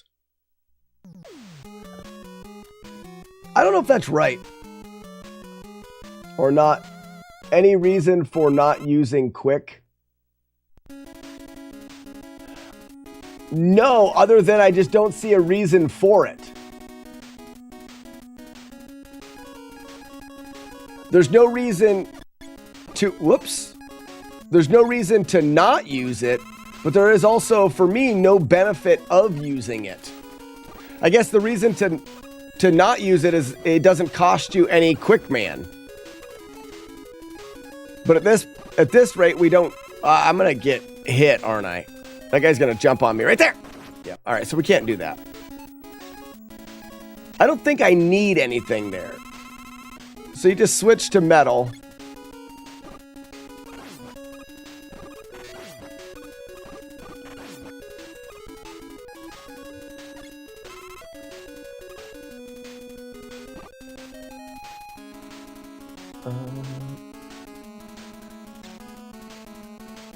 It isn't any faster to use Quickman, and the boomerangs don't have a range to mash like he does. Yeah, I just don't see the... I think speedrunners use Quickman because maybe in the end you can do a strategy that is faster with Quickman than with the mash, but I just don't see a reason. For me, it's plenty fast enough, to do it the way that I'm doing it, and it's safe. I guess he's practicing full runs, not just stages. Oh, I set up a wood here, didn't I? Yeah, it's right there at the explosion. There. I'm going to do it again. So there, explosion, in front of, at explosion. One more time. Third pillar, at the kill, in front of the knife, at the kill. Hey Slack, what kinds of beer do you like? Oh my God, let's just start with the kinds of beer I don't like. None of them. There's not a beer, so I would say the beers that are on the lowest tier. Sours is something that I haven't had a lot of exposure to. So I haven't really developed an appreciation for sours. So sours would be low on the list, but not because of a dislike for them, but an infamiliarity. Does that make sense? Whoops, too early. Duh. And then I'm not a big fan of overly flavored and spiced beers. I like beer for beer and don't need it to be changed. So when you get somebody that makes a chocolate mocha porter and they've sweetened it or done something, also your overly spiced Oktoberfest beers, your overly spiced pumpkin beers, none of that where you're adding flavors really intrigues me that much. Though I have had some really light, like the Busch apple beers, putting apple in or tart with beer, it's all right. But those are going to be, so you're going to get like the spiced flavored Oktoberfest pumpkin-y beers, maybe working into like apples and sours, and then the rest of it's just, also beers that are overly alcohol just because we want to see how much alcohol we can put in beers. Imperial stouts in beers that have like 12, 13%, it's not a beer to me anymore. Technically, it's closer to wine than it is a beer, and it just doesn't, yeah. I'm not a fan of aged barrel beers. Because Arno, and I think for a similar reason, aged beers, the reason why we age beer in barrels, or age beer period, the parts of beer that I like degrade with age. The reason to age beer is if it has high alcohol. High alcohol beers, you really want to age them to tone down the alcohol. Don't put as much fucking alcohol, fudge in, hard K, warning. Don't put as much alcohol in it, and then you don't need to age it. Just as my thought. That's too bad. Sours are really good. Jonas, again, I'm not saying that I dislike sours. I just don't have as much of an experience with them. Did you ever hear of thermonuclear? What?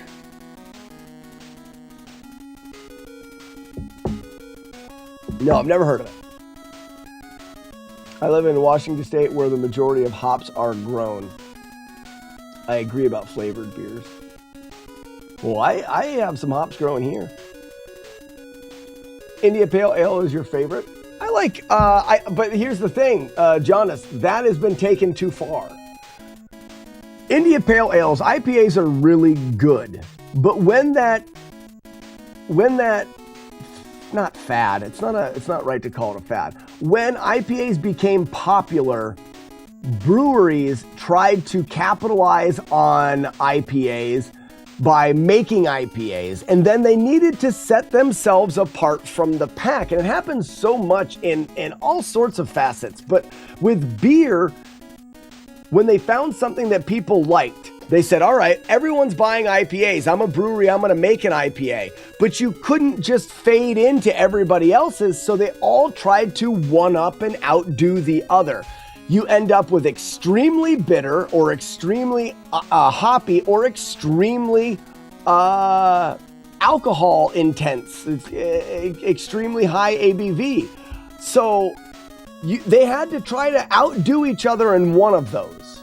So you find that it's hard to get just a generally good IPA, because in order to stand out, oftentimes breweries feel like they need to outdo someone else in one of those facets.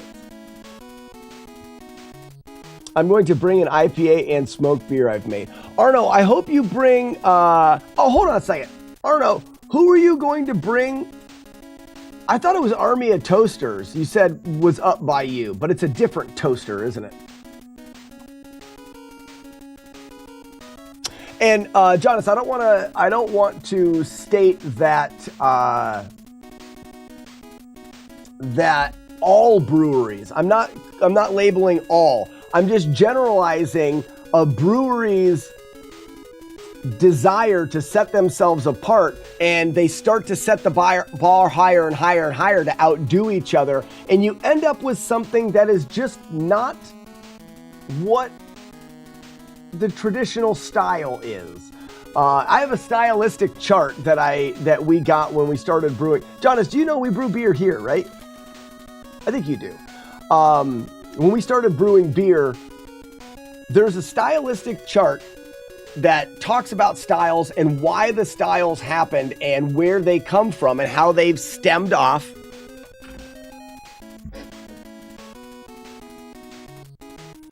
Where are you? Where did I put it?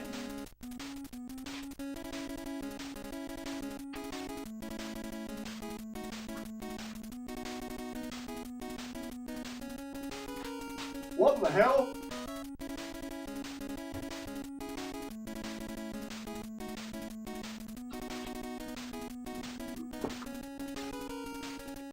I'll have to find it. I don't know where I put it, but I've got a chart. And so in my opinion, there's a reason why styles came to be.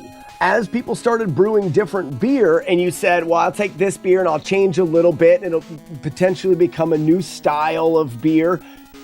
The reason why those styles happened is because when you try something new and it doesn't work, it fades into obscurity and no one brews it anymore and it doesn't become something. So when a style is kind of over time created, it's because people liked it. IPAs are a beer style that you'll hear a lot of people talk about. India Pale Ale, shipped from India, needed more hops as preservative and alcohol is the reason why it kind of had that. But also people liked it, and that's why it became a style. So I feel like there's a reason to stick within stylistic guidelines when you're brewing beer and not overdo it in a way that keeps from it fitting. You know, you get a triple IPA. which is an IPA where everything is you're taking the alcohol by volume and you're bringing it out of the style. You're over hopping it so the bitterness is out of the style. And all of a sudden you're not even really brewing an IPA anymore.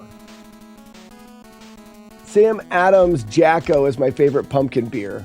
Not a strong pumpkin flavor. Sam Adams, Championson, Sam Adams, as much as it is hated on sometimes by craft brewery likers, Sam Adams is fan-freaking-tastic.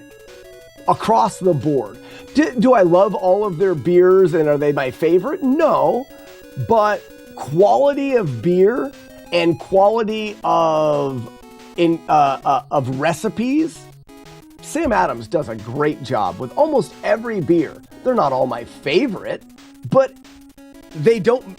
I've never had a Sam Adams beer and been like, this is made poorly. This is crap. They make strawberry wheats or whatever. I mean, my favorite type of beer, but it's made well.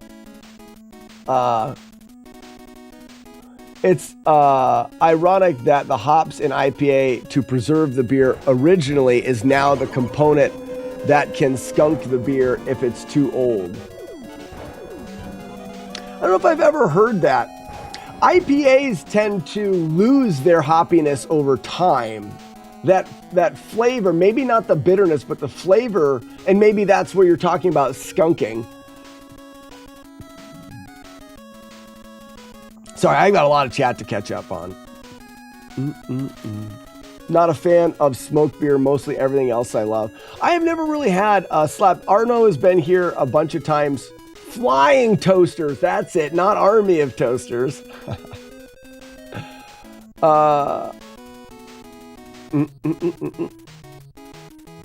Do you mean your home brewery? Yeah, this one.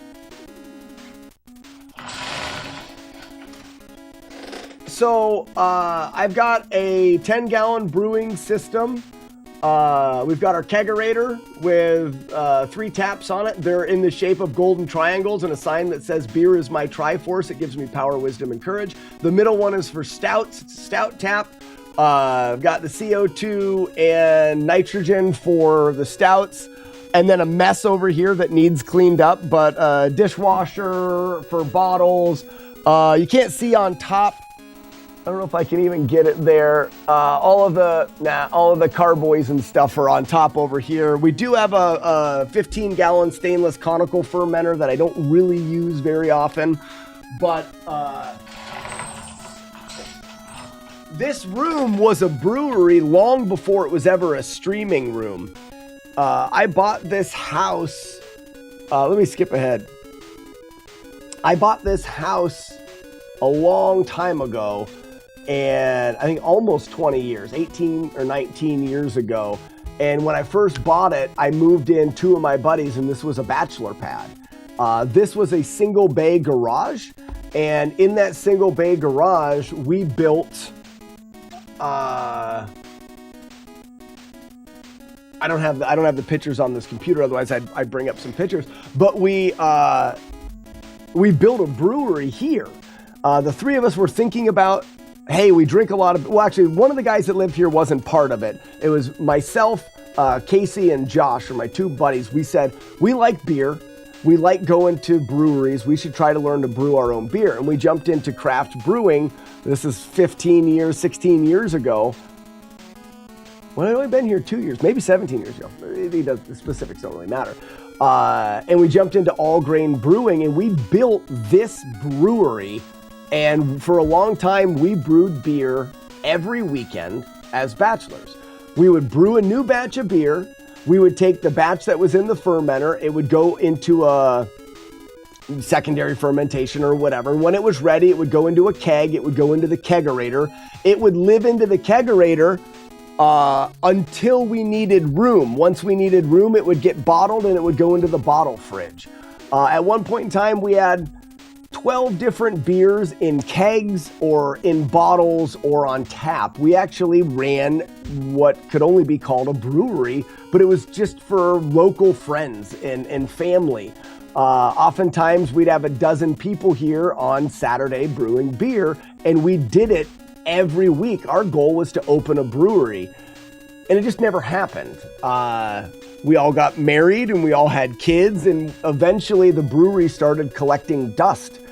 It was in my house, and my buddies had all moved out and started their own families, and it just becomes something. We even looked at buildings to buy, and it was something was going to happen. It just didn't happen. All the equipment started gathering dusts and cobwebs, and when I started live streaming 7 years ago, I was live streaming in the house, and then I came out into the brewery out of necessity for room for the live stream setup. So I divided the brewery into two. This side is for the live stream, and that side was for brew and beer. And because it was just on the other side of the green screen, and I was talking to people on the live stream, we decided to fire up the brewery. I know I would still use it occasionally.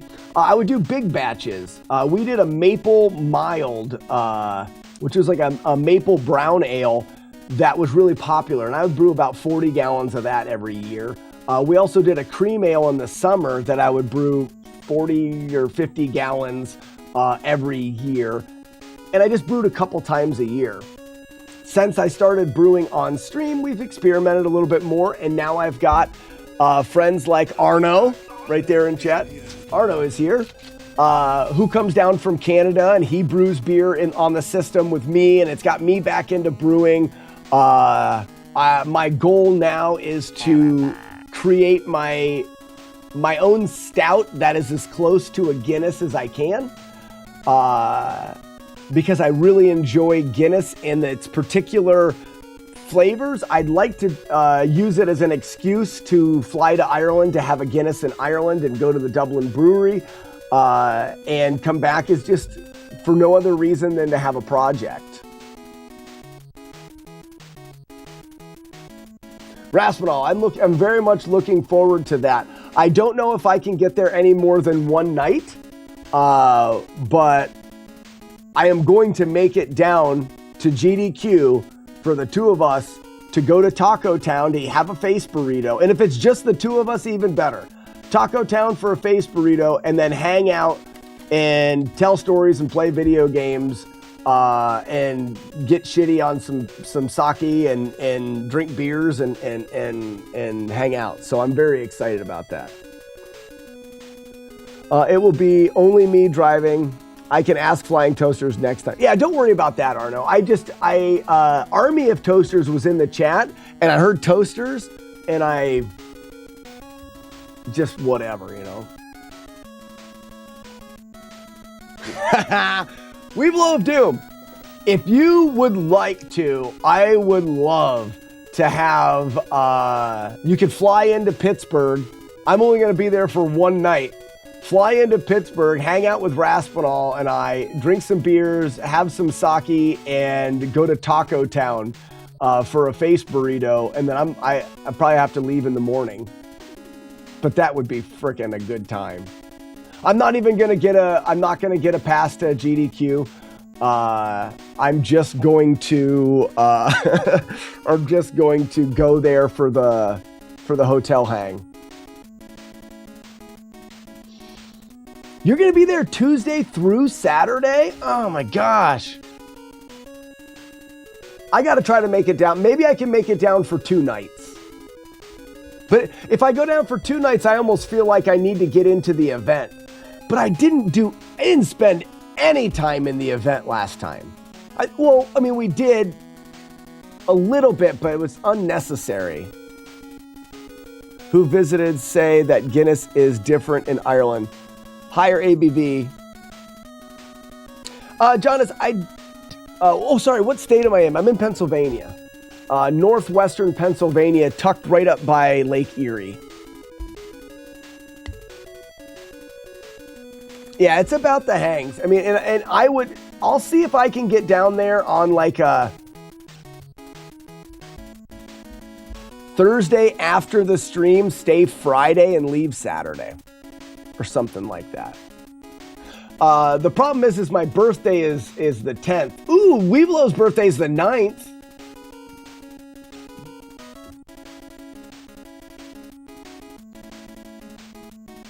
And the 10th is Saturday. No, I could go down and come back Saturday. Yours is the 7th. Oh. January. It doesn't matter. It's the right month.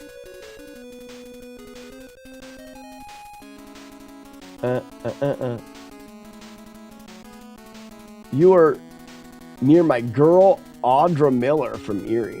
I'm very close to Erie. It's 9th now. It's official.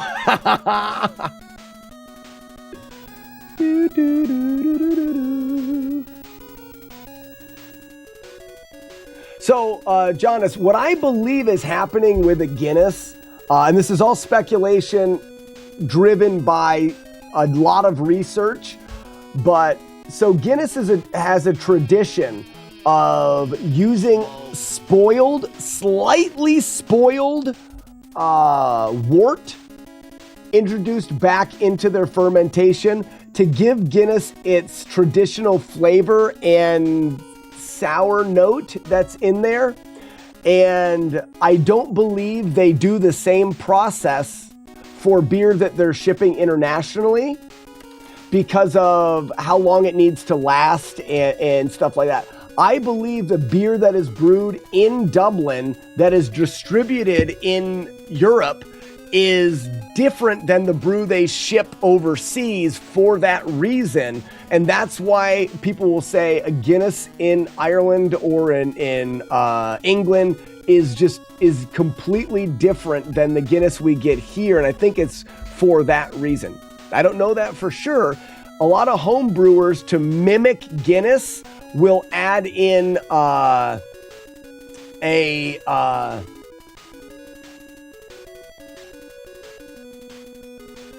it's an acid. It's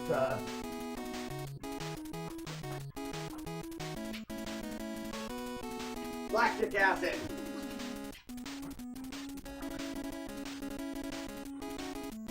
Lactic acid. So you'll add in lactic acid and it mimics best we can do that little twang that you get from that Guinness that adds into the, that stout, dry stout, roasted. I don't know about the ABV. I don't think it's any higher. Guinness is traditionally low ABV.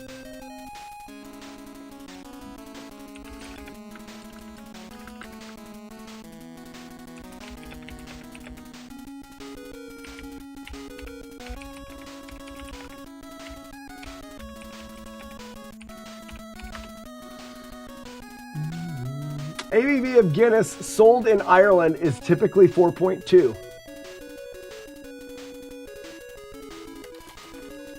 Falling between 4.1 and 4.3, which is what we get in the States. Actually, I think we maybe 4.0. The stuff that we get in Canada is 4.2. So if it is only very, very slightly different. Yeah, to mimic that, the twang that you get back from the acidity that they're getting from that soured wort that they're adding back in. I know some home brewers that actually take, they'll brew a batch of Guinness, and it's a way that I am going to go, because I'm curious. They'll take in, once I get my Guinness recipe to where I like it, I say Guinness, my dry Irish stout recipe, to where I like it, I'm going to brew the batch of beer, ferment the majority of it, and then leave about a quart or so of beer, wort, out of the fermenter, open for about 24, 48 hours, something like that. And then I will bring it to a boil again to kill any bacterial growth, then add it back into the fermenter for it to be finished fermenting to try to mimic that. Yeah, Jonas, it may be that it is slightly different. I think the Guinness that we get in the States is like 4.0. So you're right, it is a higher volume, but it's not so much that I think that it is a major difference in there.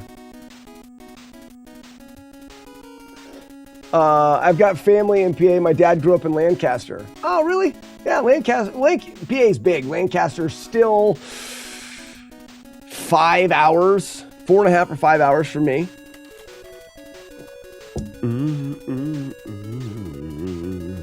I can't wait to fly to Ireland with Slack. Go to Dublin, go to the brewery, and find out they just dump a bag of marshmallows in as a special sauce.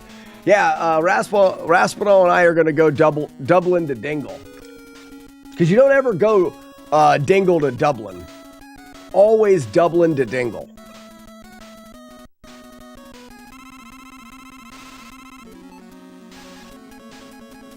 We're gonna give him the old balls attack. This guy's very ballsy.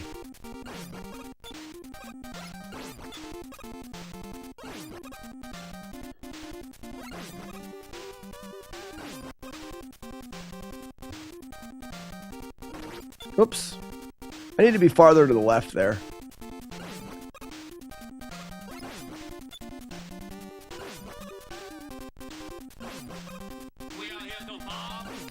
You up.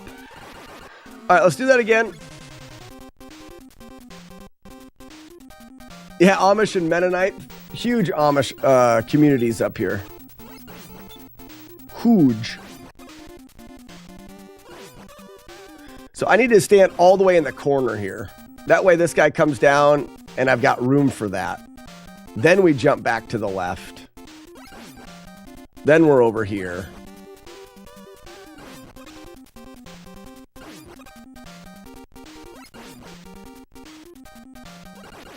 Perfect.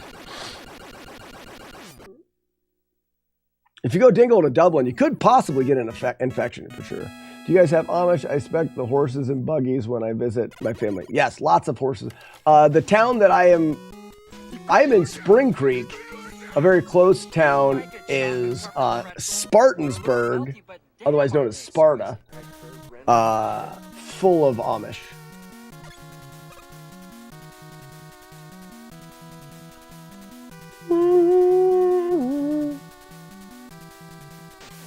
Yep, Taco Loco. The whole game's getting to be pretty easy now. Silverhawk, 42 months? 41, 42. That's a lot of months right there. Thank you so much for the 41 months. 42. 7.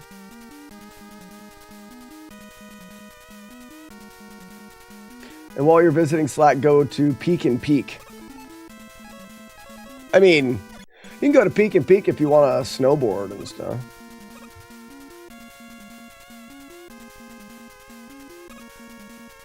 Still trying to break things, and are you doing Flawless? Silverhawk, we're routing the Flawless run. Actually, I can't say that. We have routed the Flawless run. Oops. All right, so those... I got to work a better visual cue for the second jump.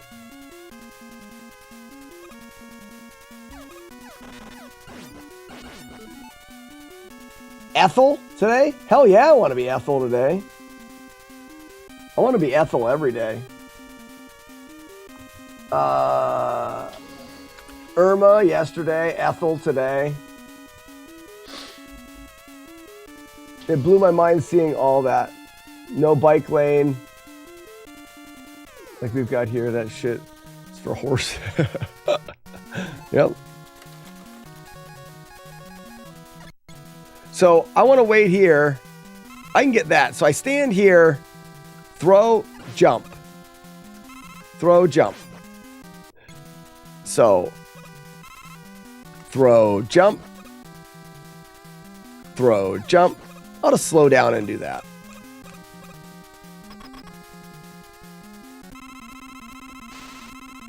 So recovering the PC, not so bad. I'm not done with it yet because I didn't have time to do everything, and I want to add that CPU that my brother's got when I do it.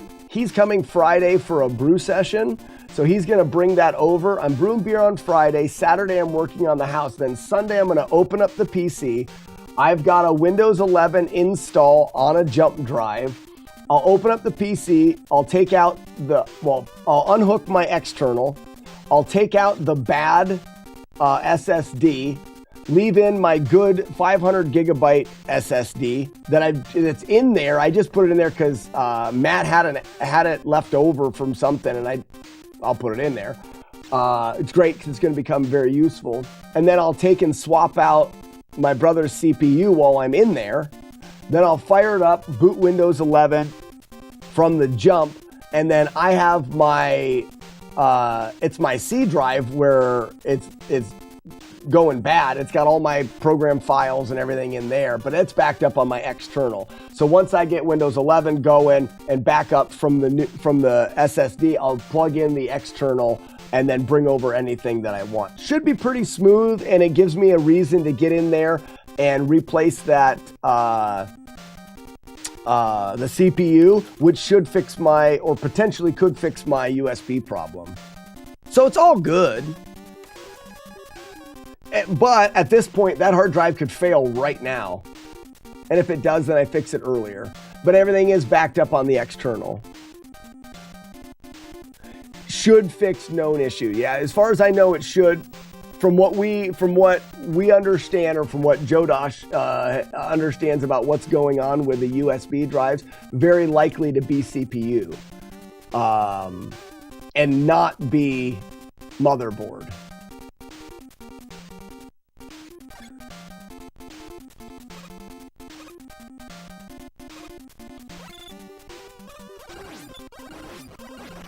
So I need to stand in the middle.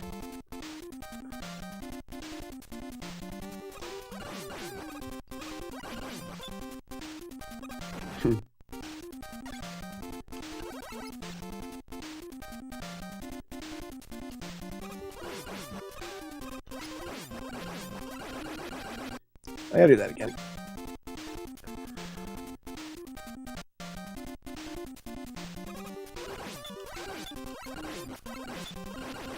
Man, I'm just not getting enough hits. I want to be...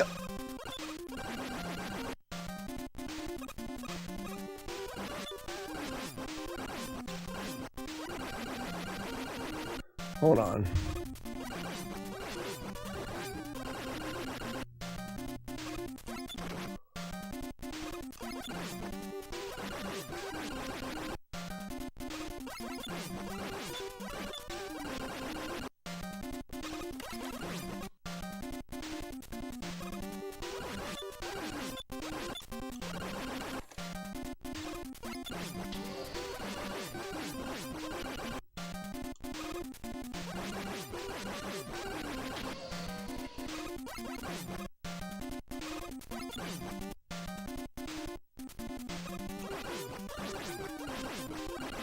Yeah.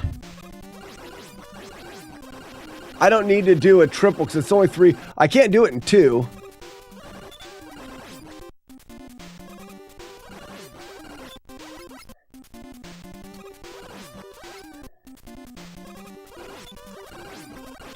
So I might as well just do it in 3.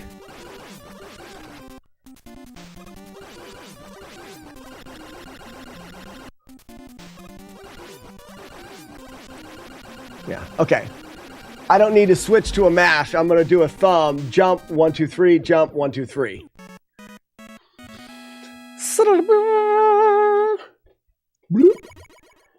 Ooh, coffee. Ooh, I worked out a different thing for the wall bomb ass thing. That I'm curious, so.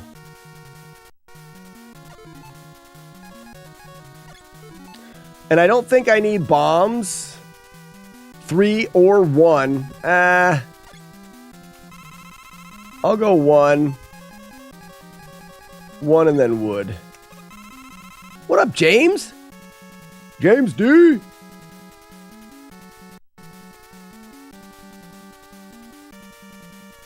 Weevil. Whoa. Why did? Oh, because I started moving before I threw. I gotta throw then move. Weevil, what is the chances that you would go to Pittsburgh in January? It's fine that it's 0.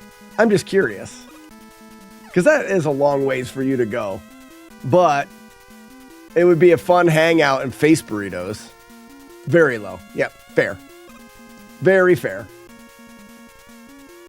You always need wood. Lots of it. Hardwood.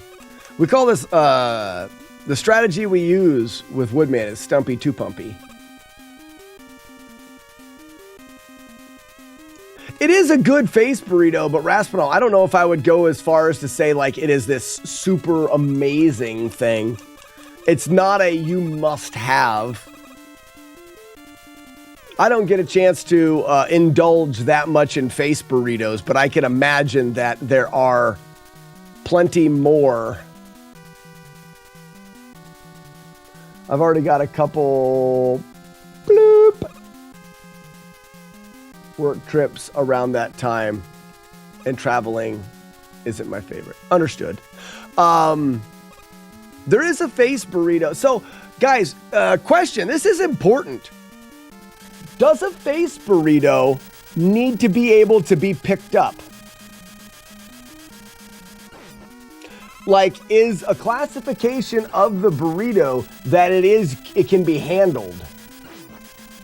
Because there's a burrito, huge burrito, in Bishop, California,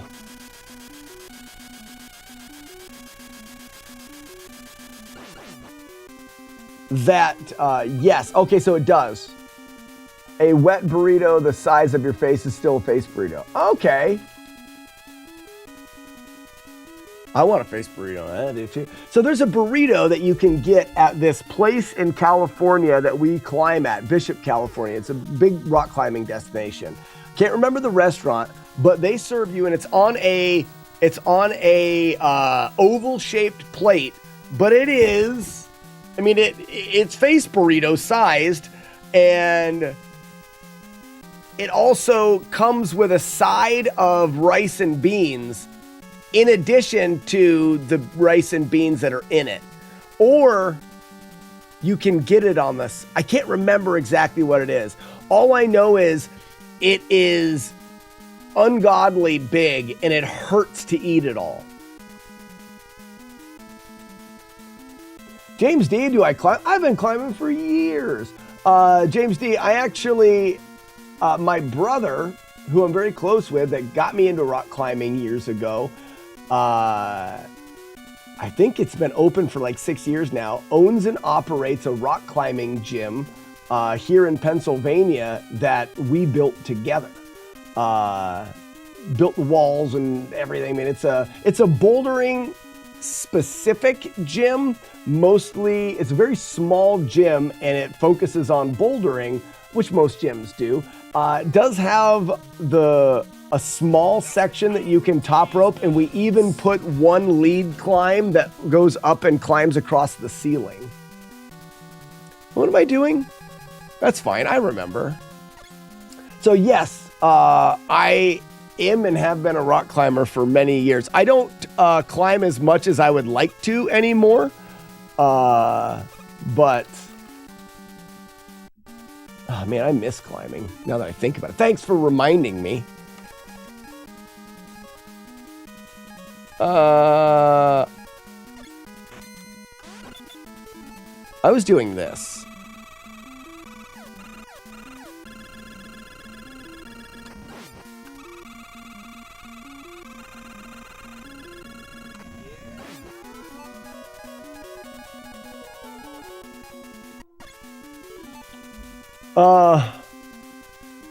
Odio Vita?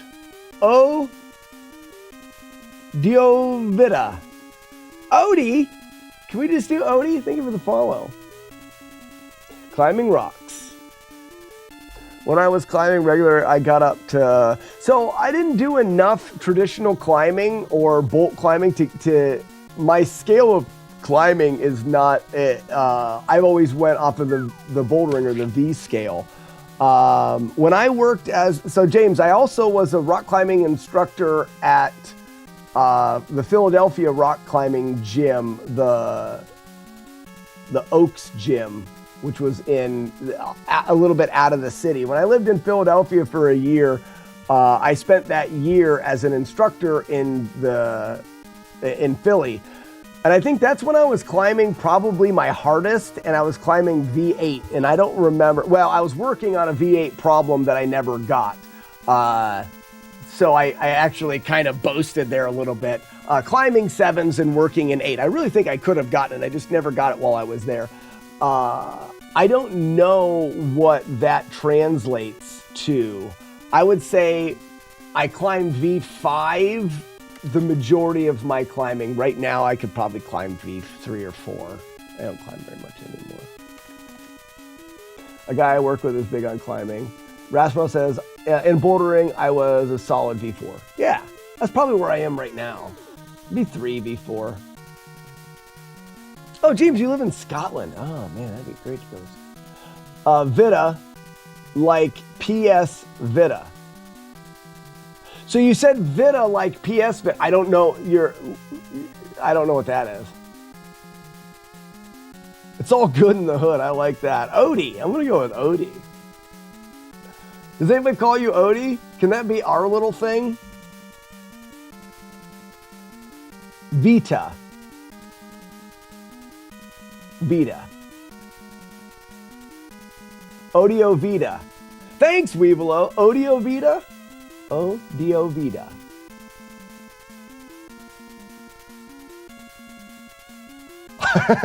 Nobody calls you Odie. It's kind of fun. We can be friends. I love rappelling, but climbing scares me. I'd rather climb than now see Odio Vita. Now I know what it is, so I can say it. Thanks, Weevil of Doom. You've ruined our friendship. Not our friendship, but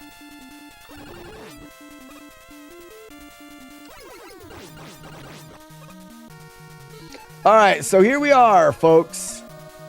Here we are. Weevil of Doom, thank you so much for the gift sub to Odie. Odie, welcome and enjoy your complimentary bag of nuts, courtesy of Weevil of Doom, Sultan of the Bidet, and Jerkface Head Extraordinaire.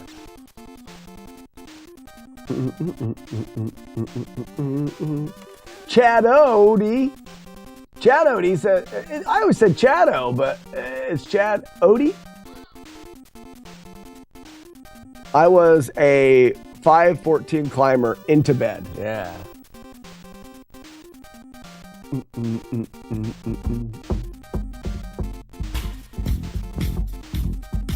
He looked away for a second. Don't look away.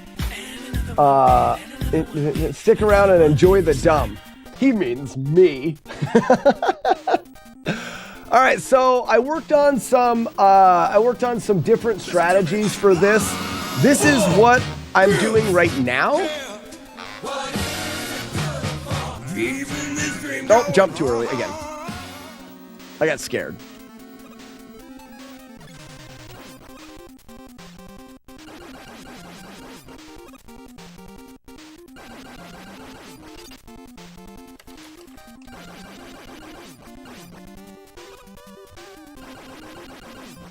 Oh, too early.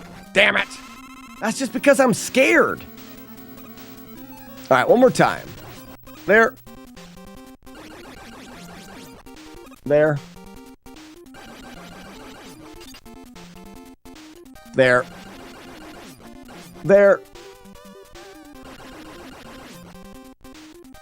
There.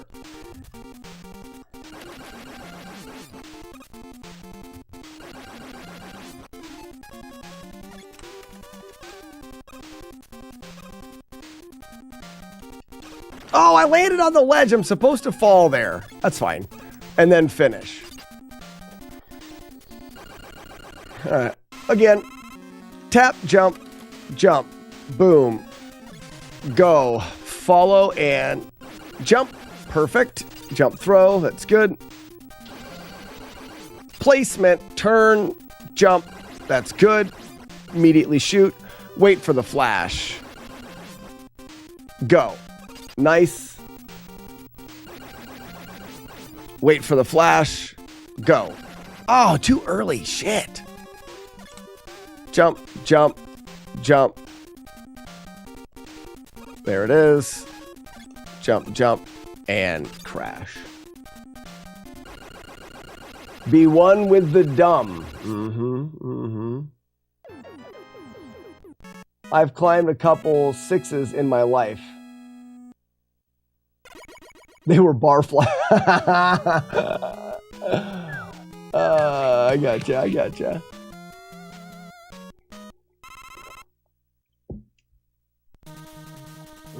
I always buy the steak burrito at Taco Bell, and I am always disappointed. Why do I keep doing this? Because it's what you have. Rockin'. You're right. That's all I have. If I wanted a burrito, I would have to go to Taco Bell. I have a Taco Bell in my hometown, and we don't have very much here. And that Taco Bell has been in my hometown for about 12 years, and I've never been there. I can get my own diarrhea. I don't have to eat their food for it. I'm fine.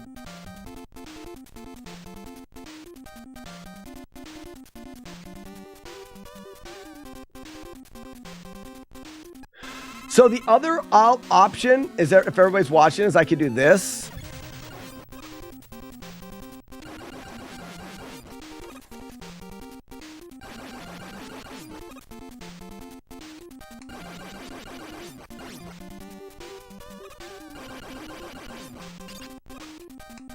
All right, that's too low. Oh no, I got it.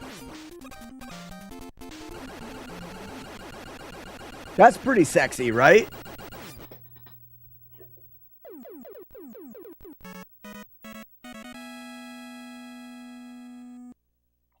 Potato fish, me as well. I mean, I don't have a problem getting diarrhea. In fact, it's probably would be considered a skill set by some.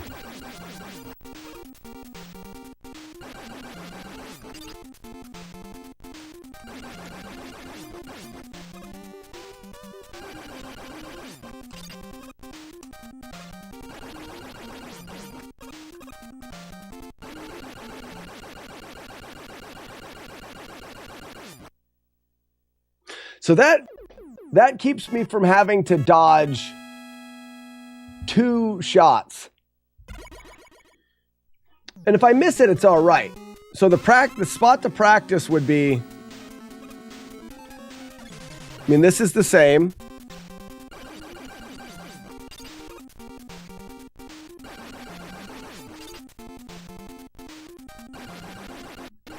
And then I go, whoops.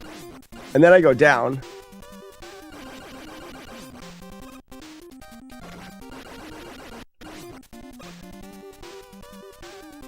Oh, whoops. Shit. That's too low. Whoa!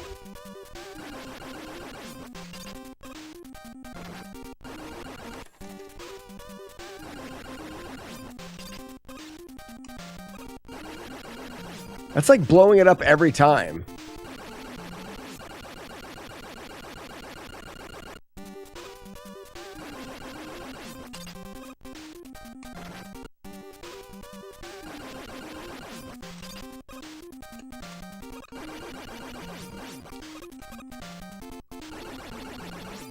I feel like that's being extra generous.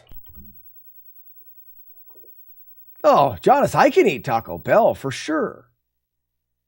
I just don't have to get diarrhea.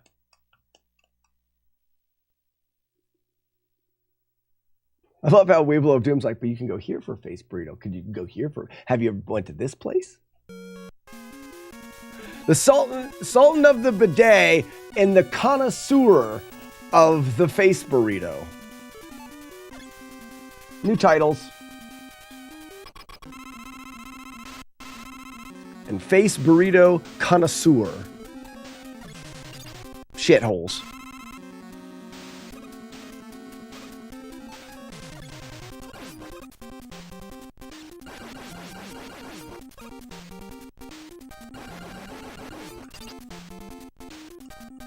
Oh, what am I doing?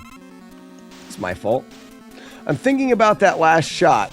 I have to get so ingrained in this strategy where there's no thinking.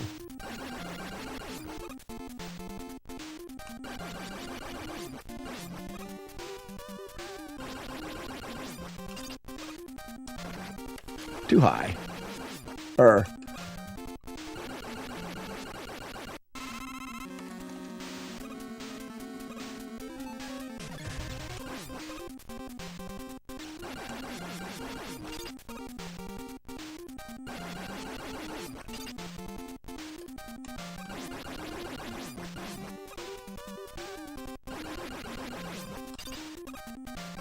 Didn't jump soon enough. Aha! And it didn't blow that guy up.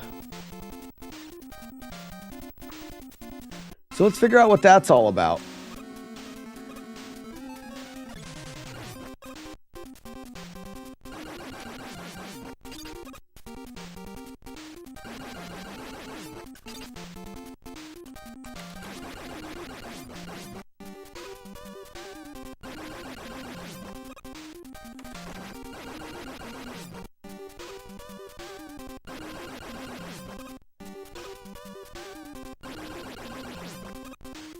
That'll hit it.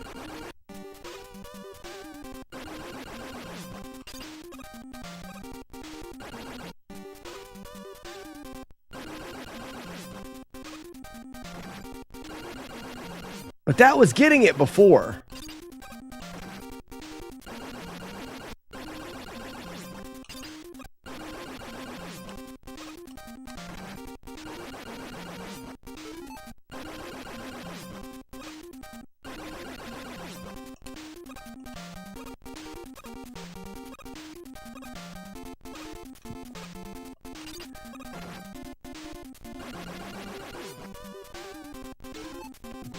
So I wonder what caused me to be able to land that before.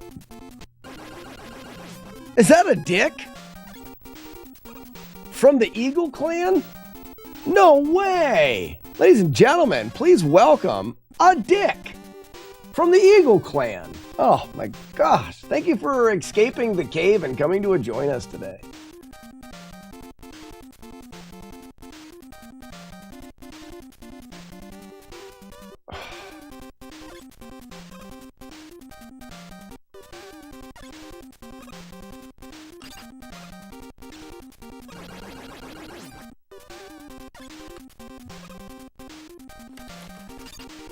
I mean, that's good.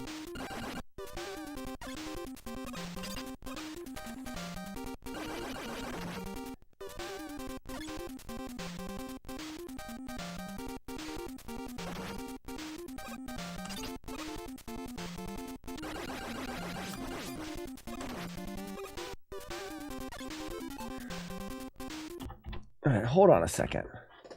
So I know that that was actually landing lower than that.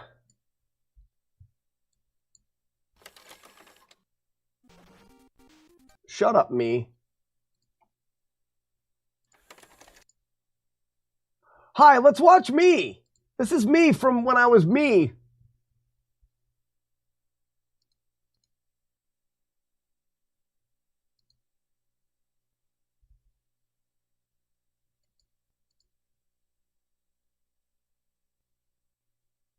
So this is, you see how the top of this is above that black line? This will land. This will be good. That's above the line. That's good.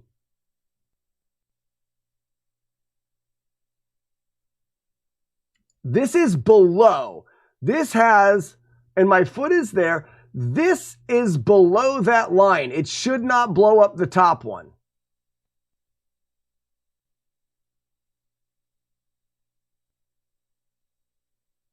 So, but back here,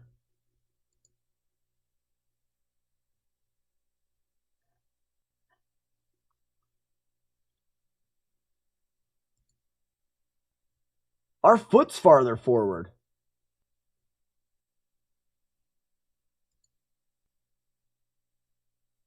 See how this is below?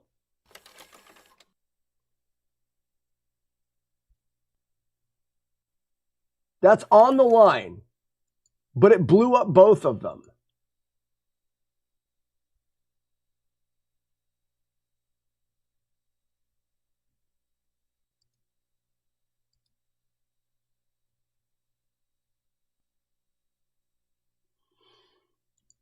Oh man, I'm so hungry for tacos and burritos. Well, not tacos. We're having tacos tonight. I should have my wife get a burrito wrap so I can make burritos.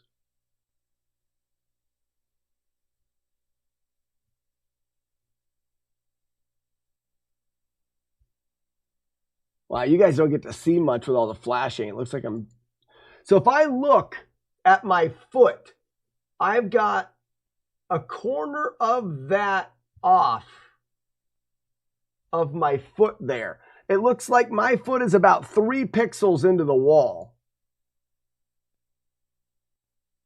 That's high enough. That's fine.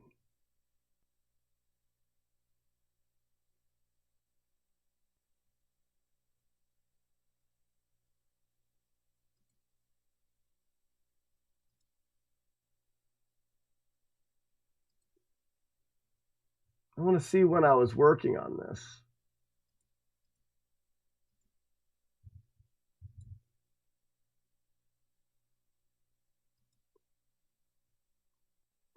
That's high enough, so that's good.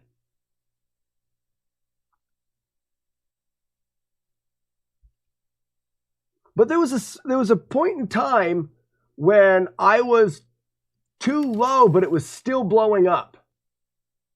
Right here. So, okay, that's too low. But you see how my toe,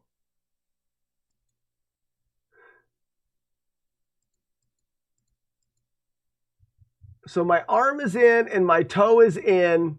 Oh, the back of my heel is lined up with that spot on the bottom.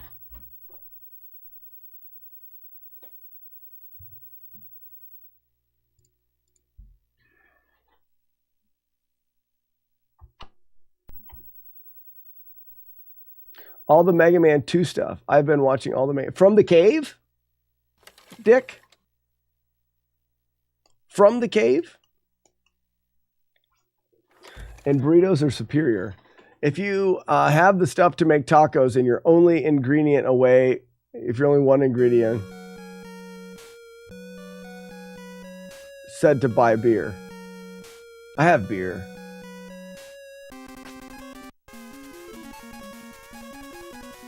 I have a surplus of beer. Why are you eating a lot of almonds? Almonds are good. I like almonds. Cheddars.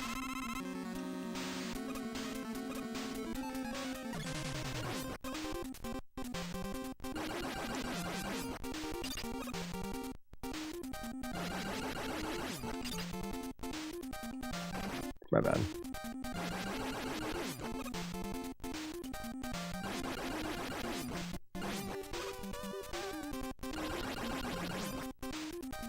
Am I in the right spot?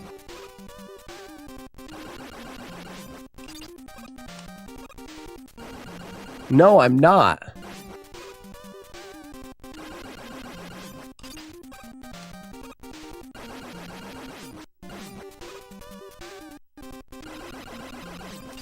That will not break it.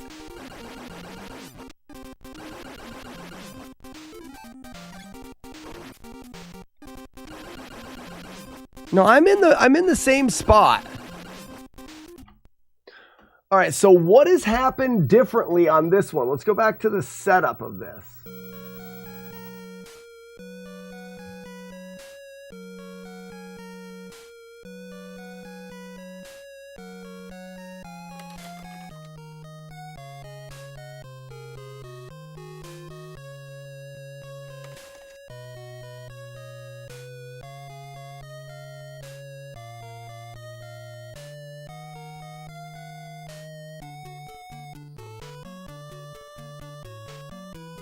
Can't even see the character. How am I supposed to know what to do? All right.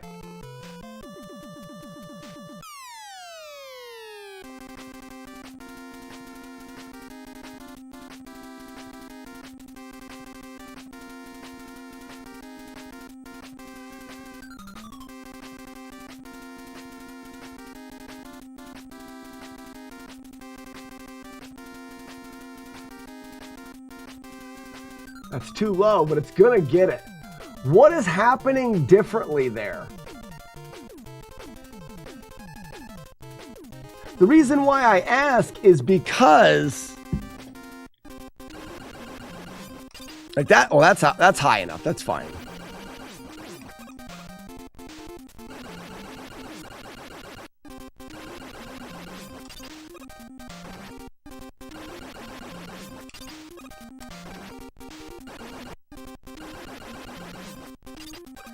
That's too high. It's way too low.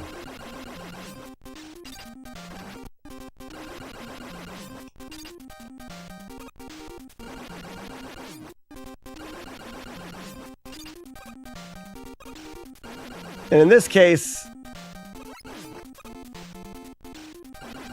we just do this.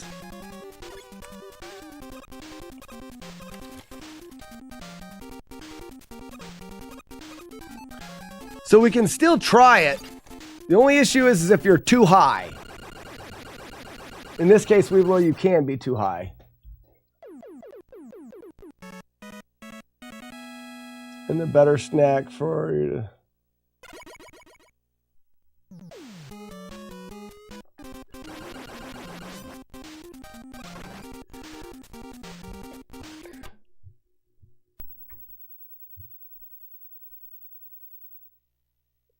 It's farther to the right than the one you placed. I don't think it is from the video.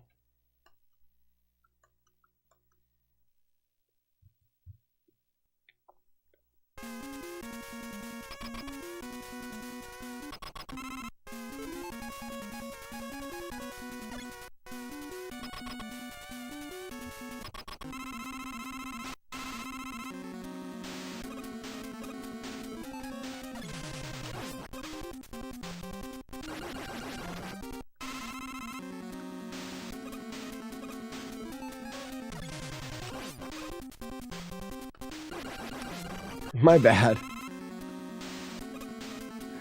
It's hard for me on this screen as well because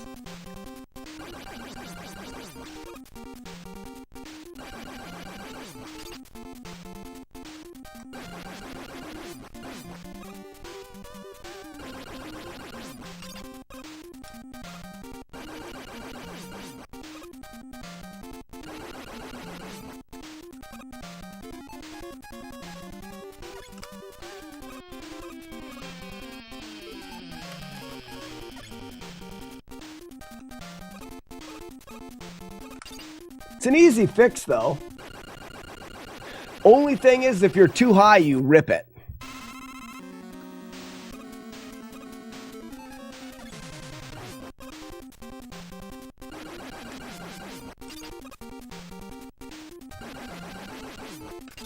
Too low there. So that's ripped.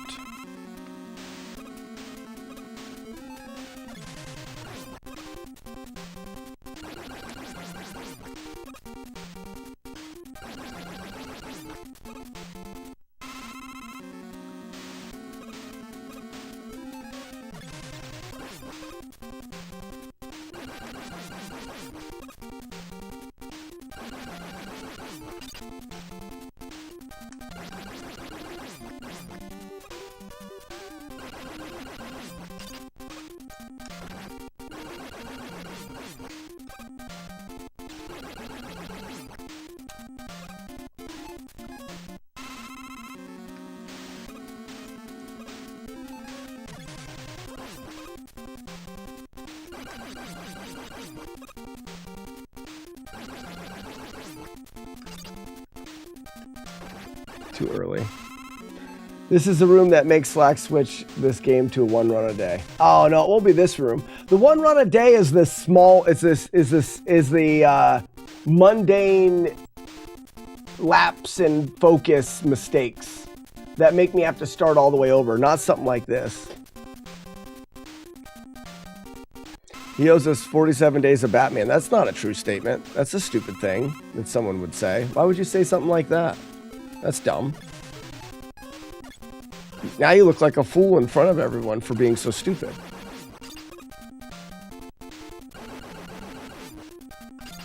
That sucked.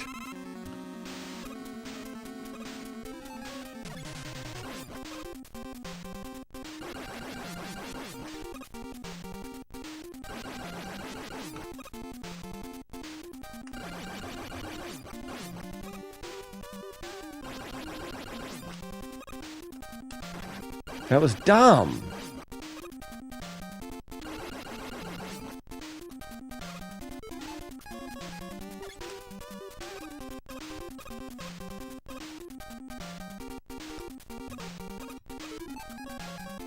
Right, we're just gonna finish for fun.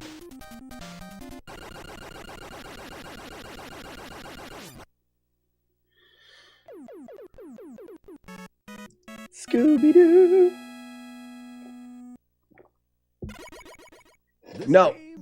The Legend of Zelda. You can't cheer bits and have me switch to a different controller. No, I choose happiness. I will always choose happiness. So I can bubble this stupid idiot here?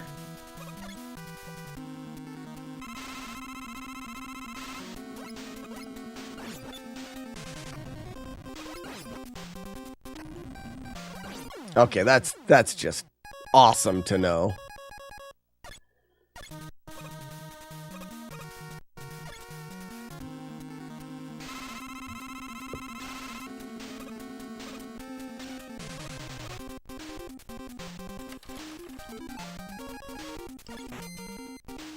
That was a good backup, but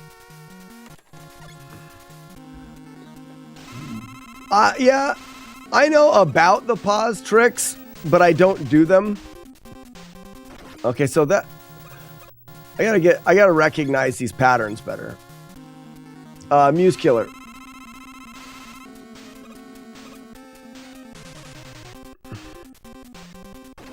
Actually, this is like the first pattern. I wonder if I can just stay on the right. Oops. Damn it.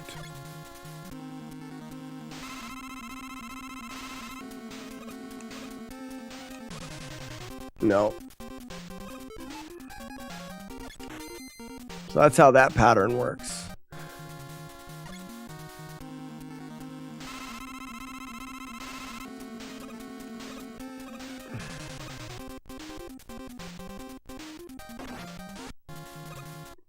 All right, hold on. I gotta get a different pattern. I just gotta. So one of the hardest parts of this is gonna be memorizing these patterns. That's got to be lower. Anyway, so this is an angle. The angle we throw the third low there. No, see the third one needs to be lower than the second or the top one. There. Once it's lower, then we can do that. Then we can do that.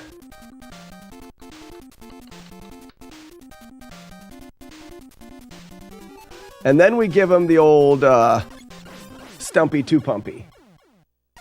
So that's good. You op. So who's the guy in the bottom left? Is Woodman.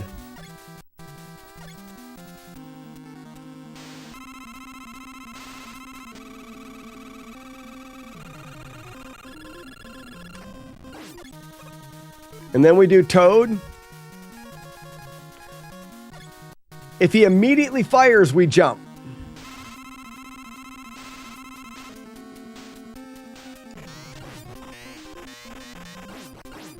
That was my fault.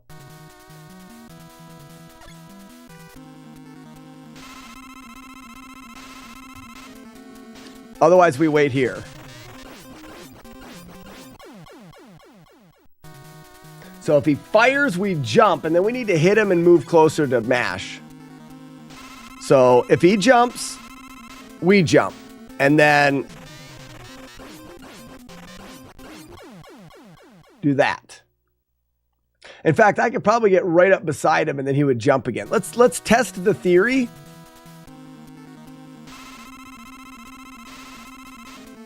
So that's here.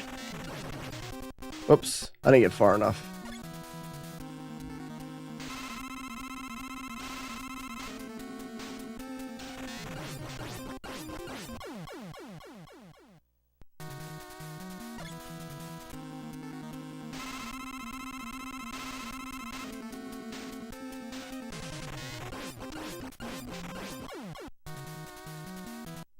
I'm trying to get it the other pattern.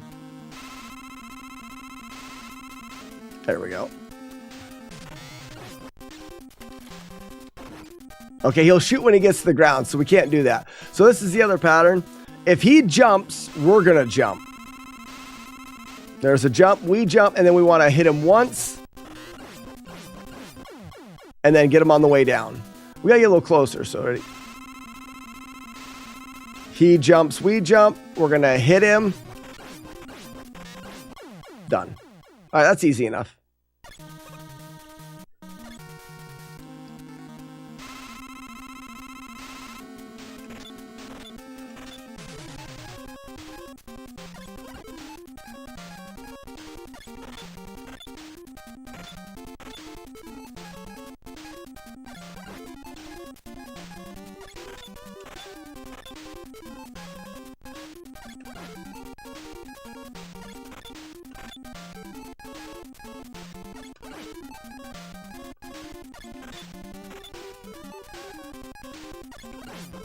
So this is very, people may think, oh.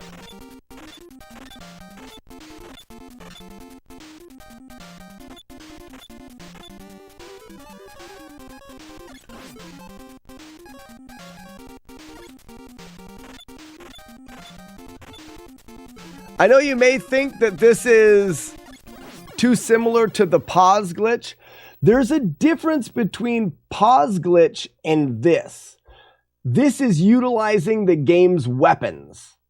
So the metal weapon makes him block, which stops him. And then, but you can't hit him with the metal weapon. So then I switch to the metal weapon to shoot him with the gun.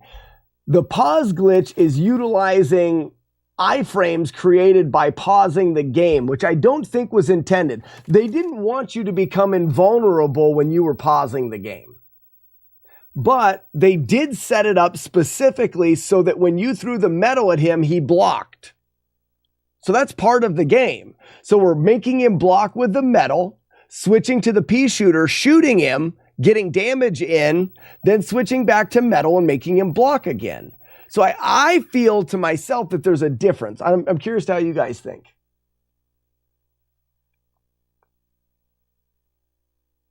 So Silverhawk, when I'm doing this, what I'm focusing on is I want to get him in the left side of the screen. Now with the blade, clearly a difference. Okay, cool. Funny that we seek to, he's weak to crash and the game forces you to use all your crash in the prior boss. I know, what a dick, right? So what I'm focusing on, Silverhawk, is once he, and this is the best way to see it, once he blocks, he's got a certain amount of time before he jumps. Now we could actually block him, get him in the air, block him, get him in the air. You know what I mean? Like, you could time that. But once you block him, he's got a certain amount of frames that he must wait before he can jump. So what we want to do is we need to be able to shoot the pea shooter and equip metal before he jumps. So we need to be pausing the game to switch to pea shooter as fast as possible. So what I do is I'm using the metal leaving the screen. You see, if I try to mash the start button, there's a chance that I hit the start button right before the metal man, but right before I'm able to. And then I have to wait for my finger to hit the start button again, and that could be 6 frames or so. So by using metal and then mashing start, I can't guarantee that the start's coming up as fast as possible. It's better to watch the metal leave and then hit start right as the metal is leaving. You're gonna get to the start menu quicker on average. Then I'm going to pea shooter, shoot pause, back, metal. So wait. It doesn't matter how many of these I throw. I just want to press start. And then if I press start too early and I don't get it, like right there. So I go start. Oh crap, it didn't work. Start, got it. That's about as early as I can press start. I should be good to shoot, get back into the menu, and back to this. I'm gonna wait. Too early. Too early. Perfect. So I'm using that, if you can see, as getting the start menu pressed as soon as that metal leaves. And I'm aiming on being as early as I possibly can so that I know that I can switch to pea shooter and back to metal in the amount of frames that I have left over. If that makes sense. If you're mashing everything, you're mashing with your thumb. A really good mash with just a straight up thumb is about 10 presses per second. Most people aren't even going to do that. Let's say it's closer to 8 presses per second. Actually, it was probably closer to 6 now I think about it. It's about every 10 frames. So if you actually press the start button and you're mashing and you press it right before the metal wheel exits, then you're waiting 10 extra frames to press it again. But if you're trying to time it, you're always going to be 2 or 3 frames after it exits.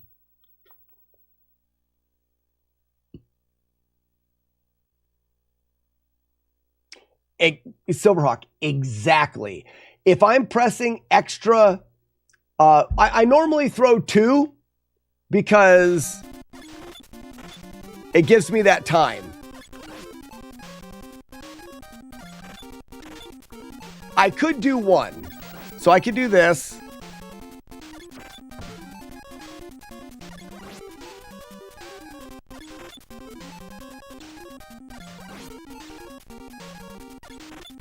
Now that I know, and I'm not working off of mashing, but I'm working off of a visual cue, I can definitely just do 1. Now I understand it. I know what I'm looking for, and I've practiced it. But while I was practicing it, I was doing like 3 so I could visually see that metal going off of the screen and get used to the timing. But now that I'm used to the timing, I can do it on the first one.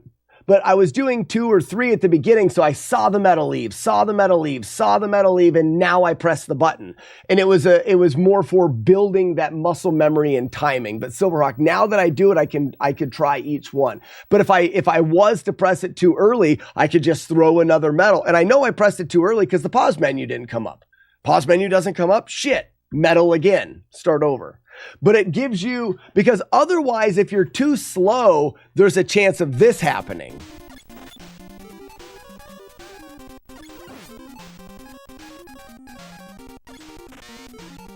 You shoot your metal underneath him because you've burnt too many frames in switching from metal to pea shooter and shooting and switching back to metal. You've burnt too many frames for your metal shot to hit him before he jumps. So you need to make sure it's fast enough. But like I said, now,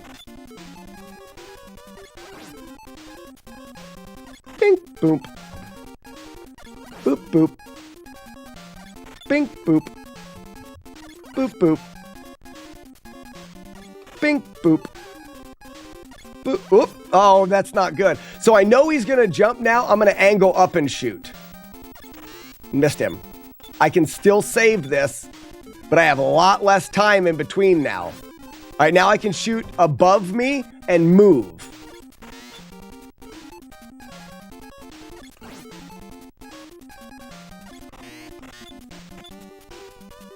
All right, I'm going to shoot up again. Oh, crap. Nope. That's all right. Now he's back into place. There's a slew of different things that still can go wrong. All right, airman, we're going to jump, throw, turn around, throw. Ooh, wow. Oh, I jump at that line. Wow. That sucks.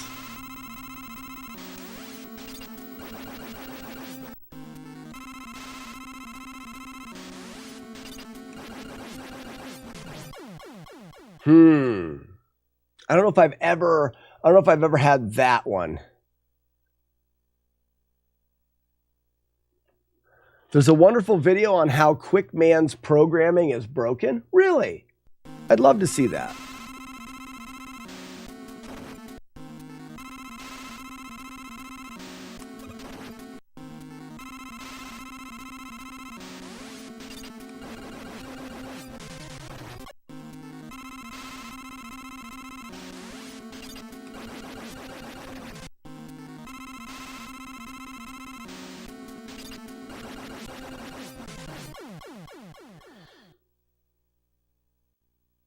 That's too bad.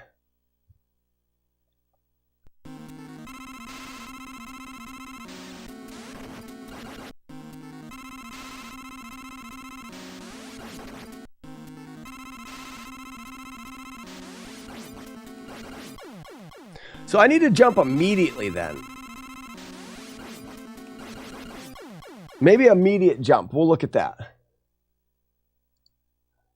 Who did the video? Is it, what's his name? Yeah, Displaced Gamer. Okay, I'm not going to watch that yet. I had a chance, it sucks because I had a chance to meet him here last, he was at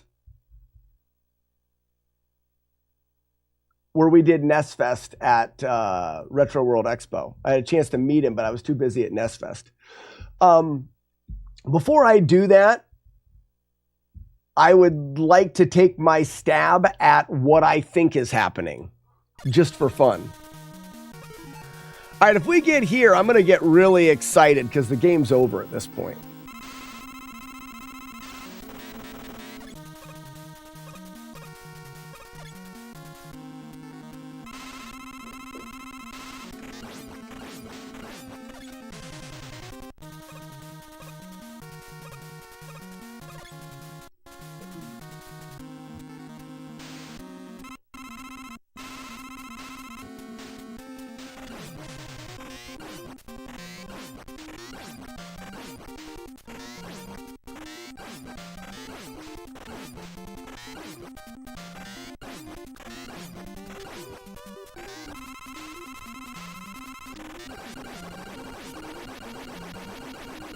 We'll do that one more time.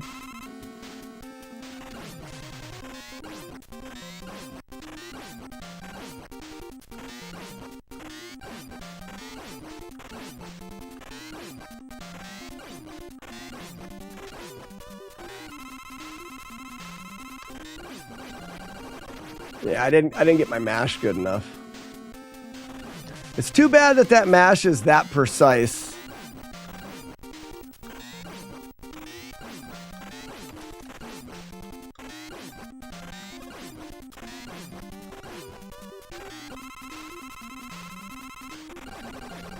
Yeah, see, I was wondering if I could go forward, but I guess the balls would land on me, so I can't. Okay.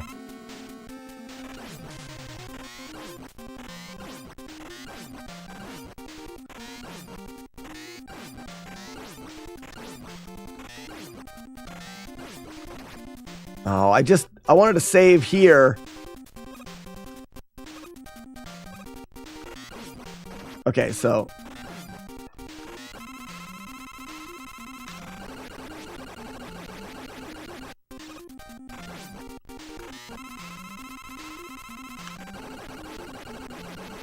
Okay.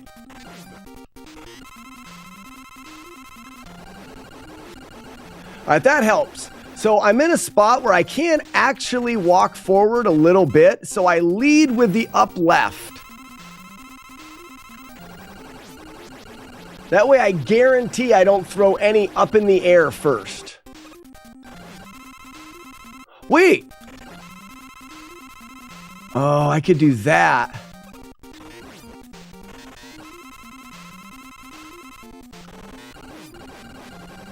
Yes! So I want to wait an extra cycle and let him get farther away.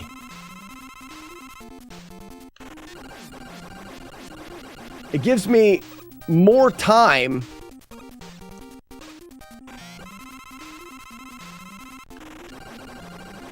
Oh, okay. Definitely. Definitely want to wait one extra shot. Oh, whoops.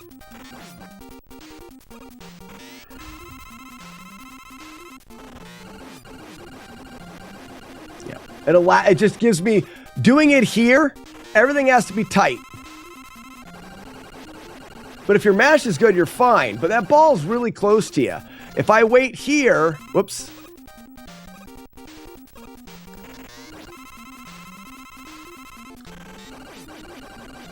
I have a lot more time. That's cool. We've just taken down what that mash, the difficulty in that mash. So Chaser, that mash I figured was going to do it, but letting it go away, letting him go one more cycle away is going to be, yeah, I'm not worried about the mash now.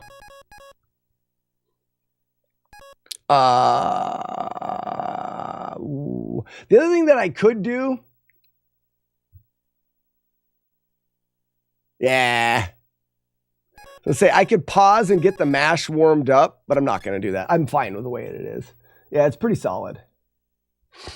I like to hit him with a fully charged heat.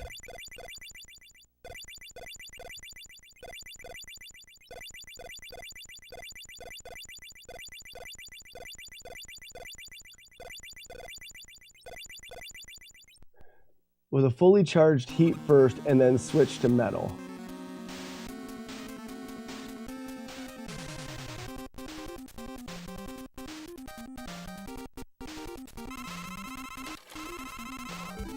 But I can see how there's a timing element to this so that his position is controlled and it causes the bouncing shots to miss you.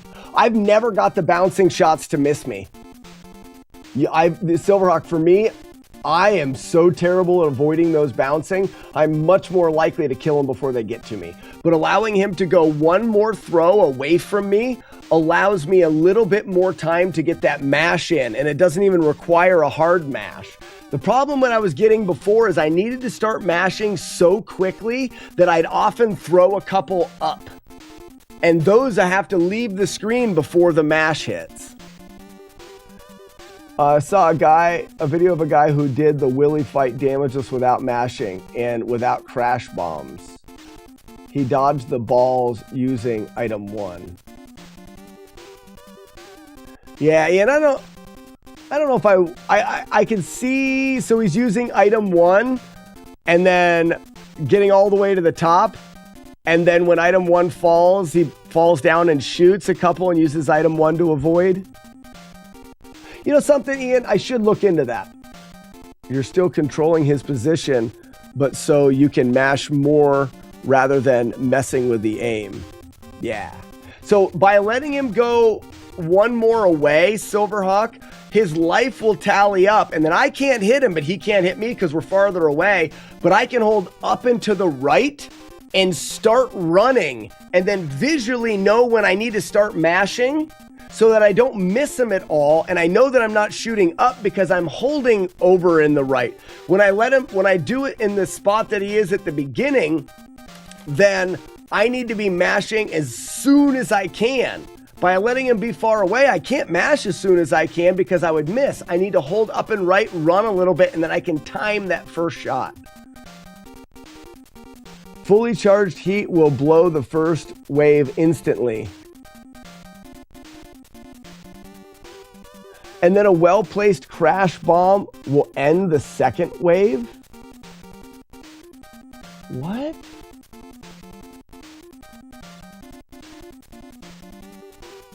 One crash bomb beats the boss? Are you serious?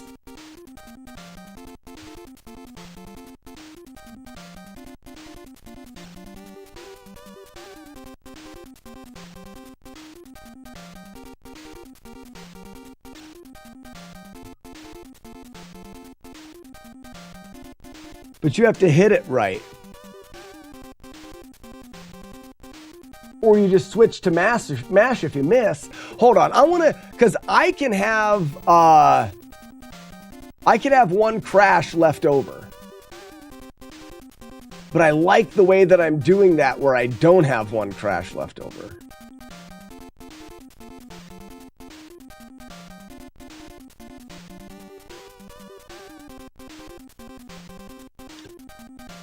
The heat one, though, is good. I like the heat. Let's work our way back through the game again.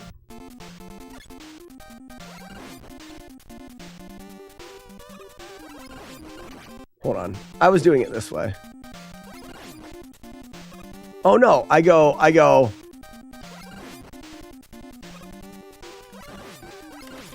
Damn it.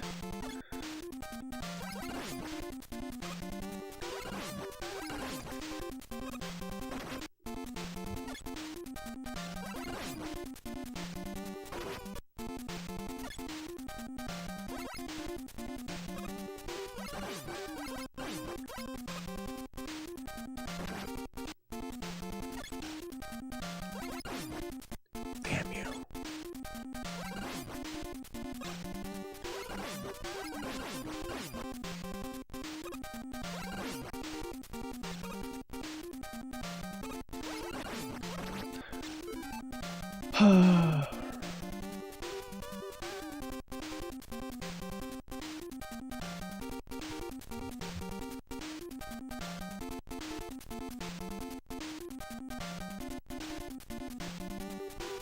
Up to the top turret.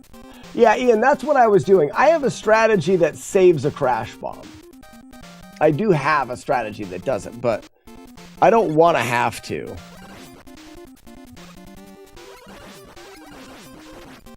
So I don't like that dodge. Or that one. Hold on.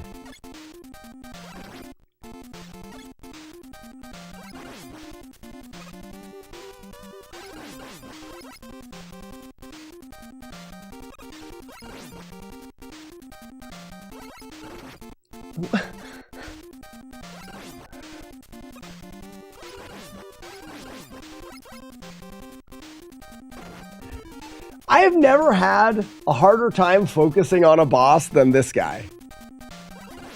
I'm sure I'll be fine once I get it.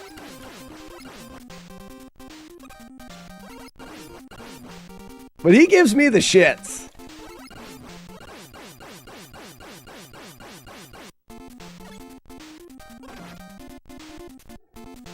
Part of me wants to do this. Where's the ledge?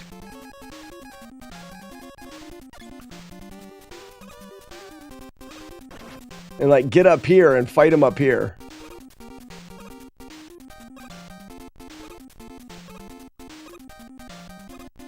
Anyways, I'm not gonna.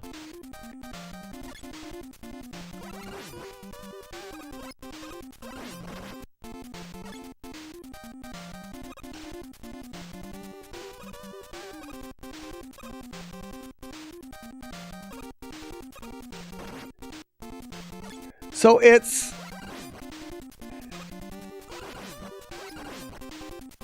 that one that's getting me.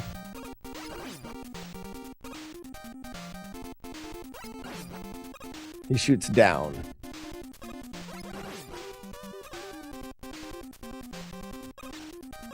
Down. 1, 2.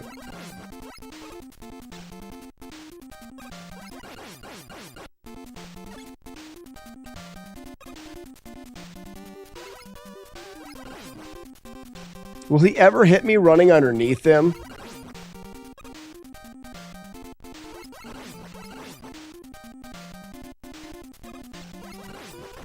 Don't jump there. Okay.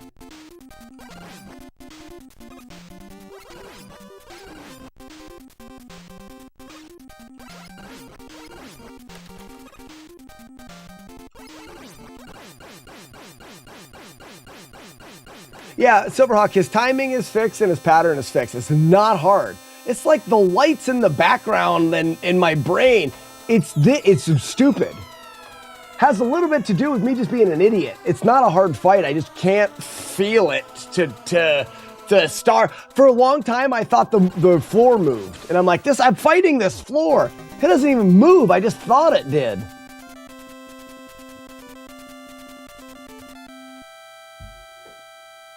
Yeah, positioning and timing is the same. It's not hard. I just can't do it consistently.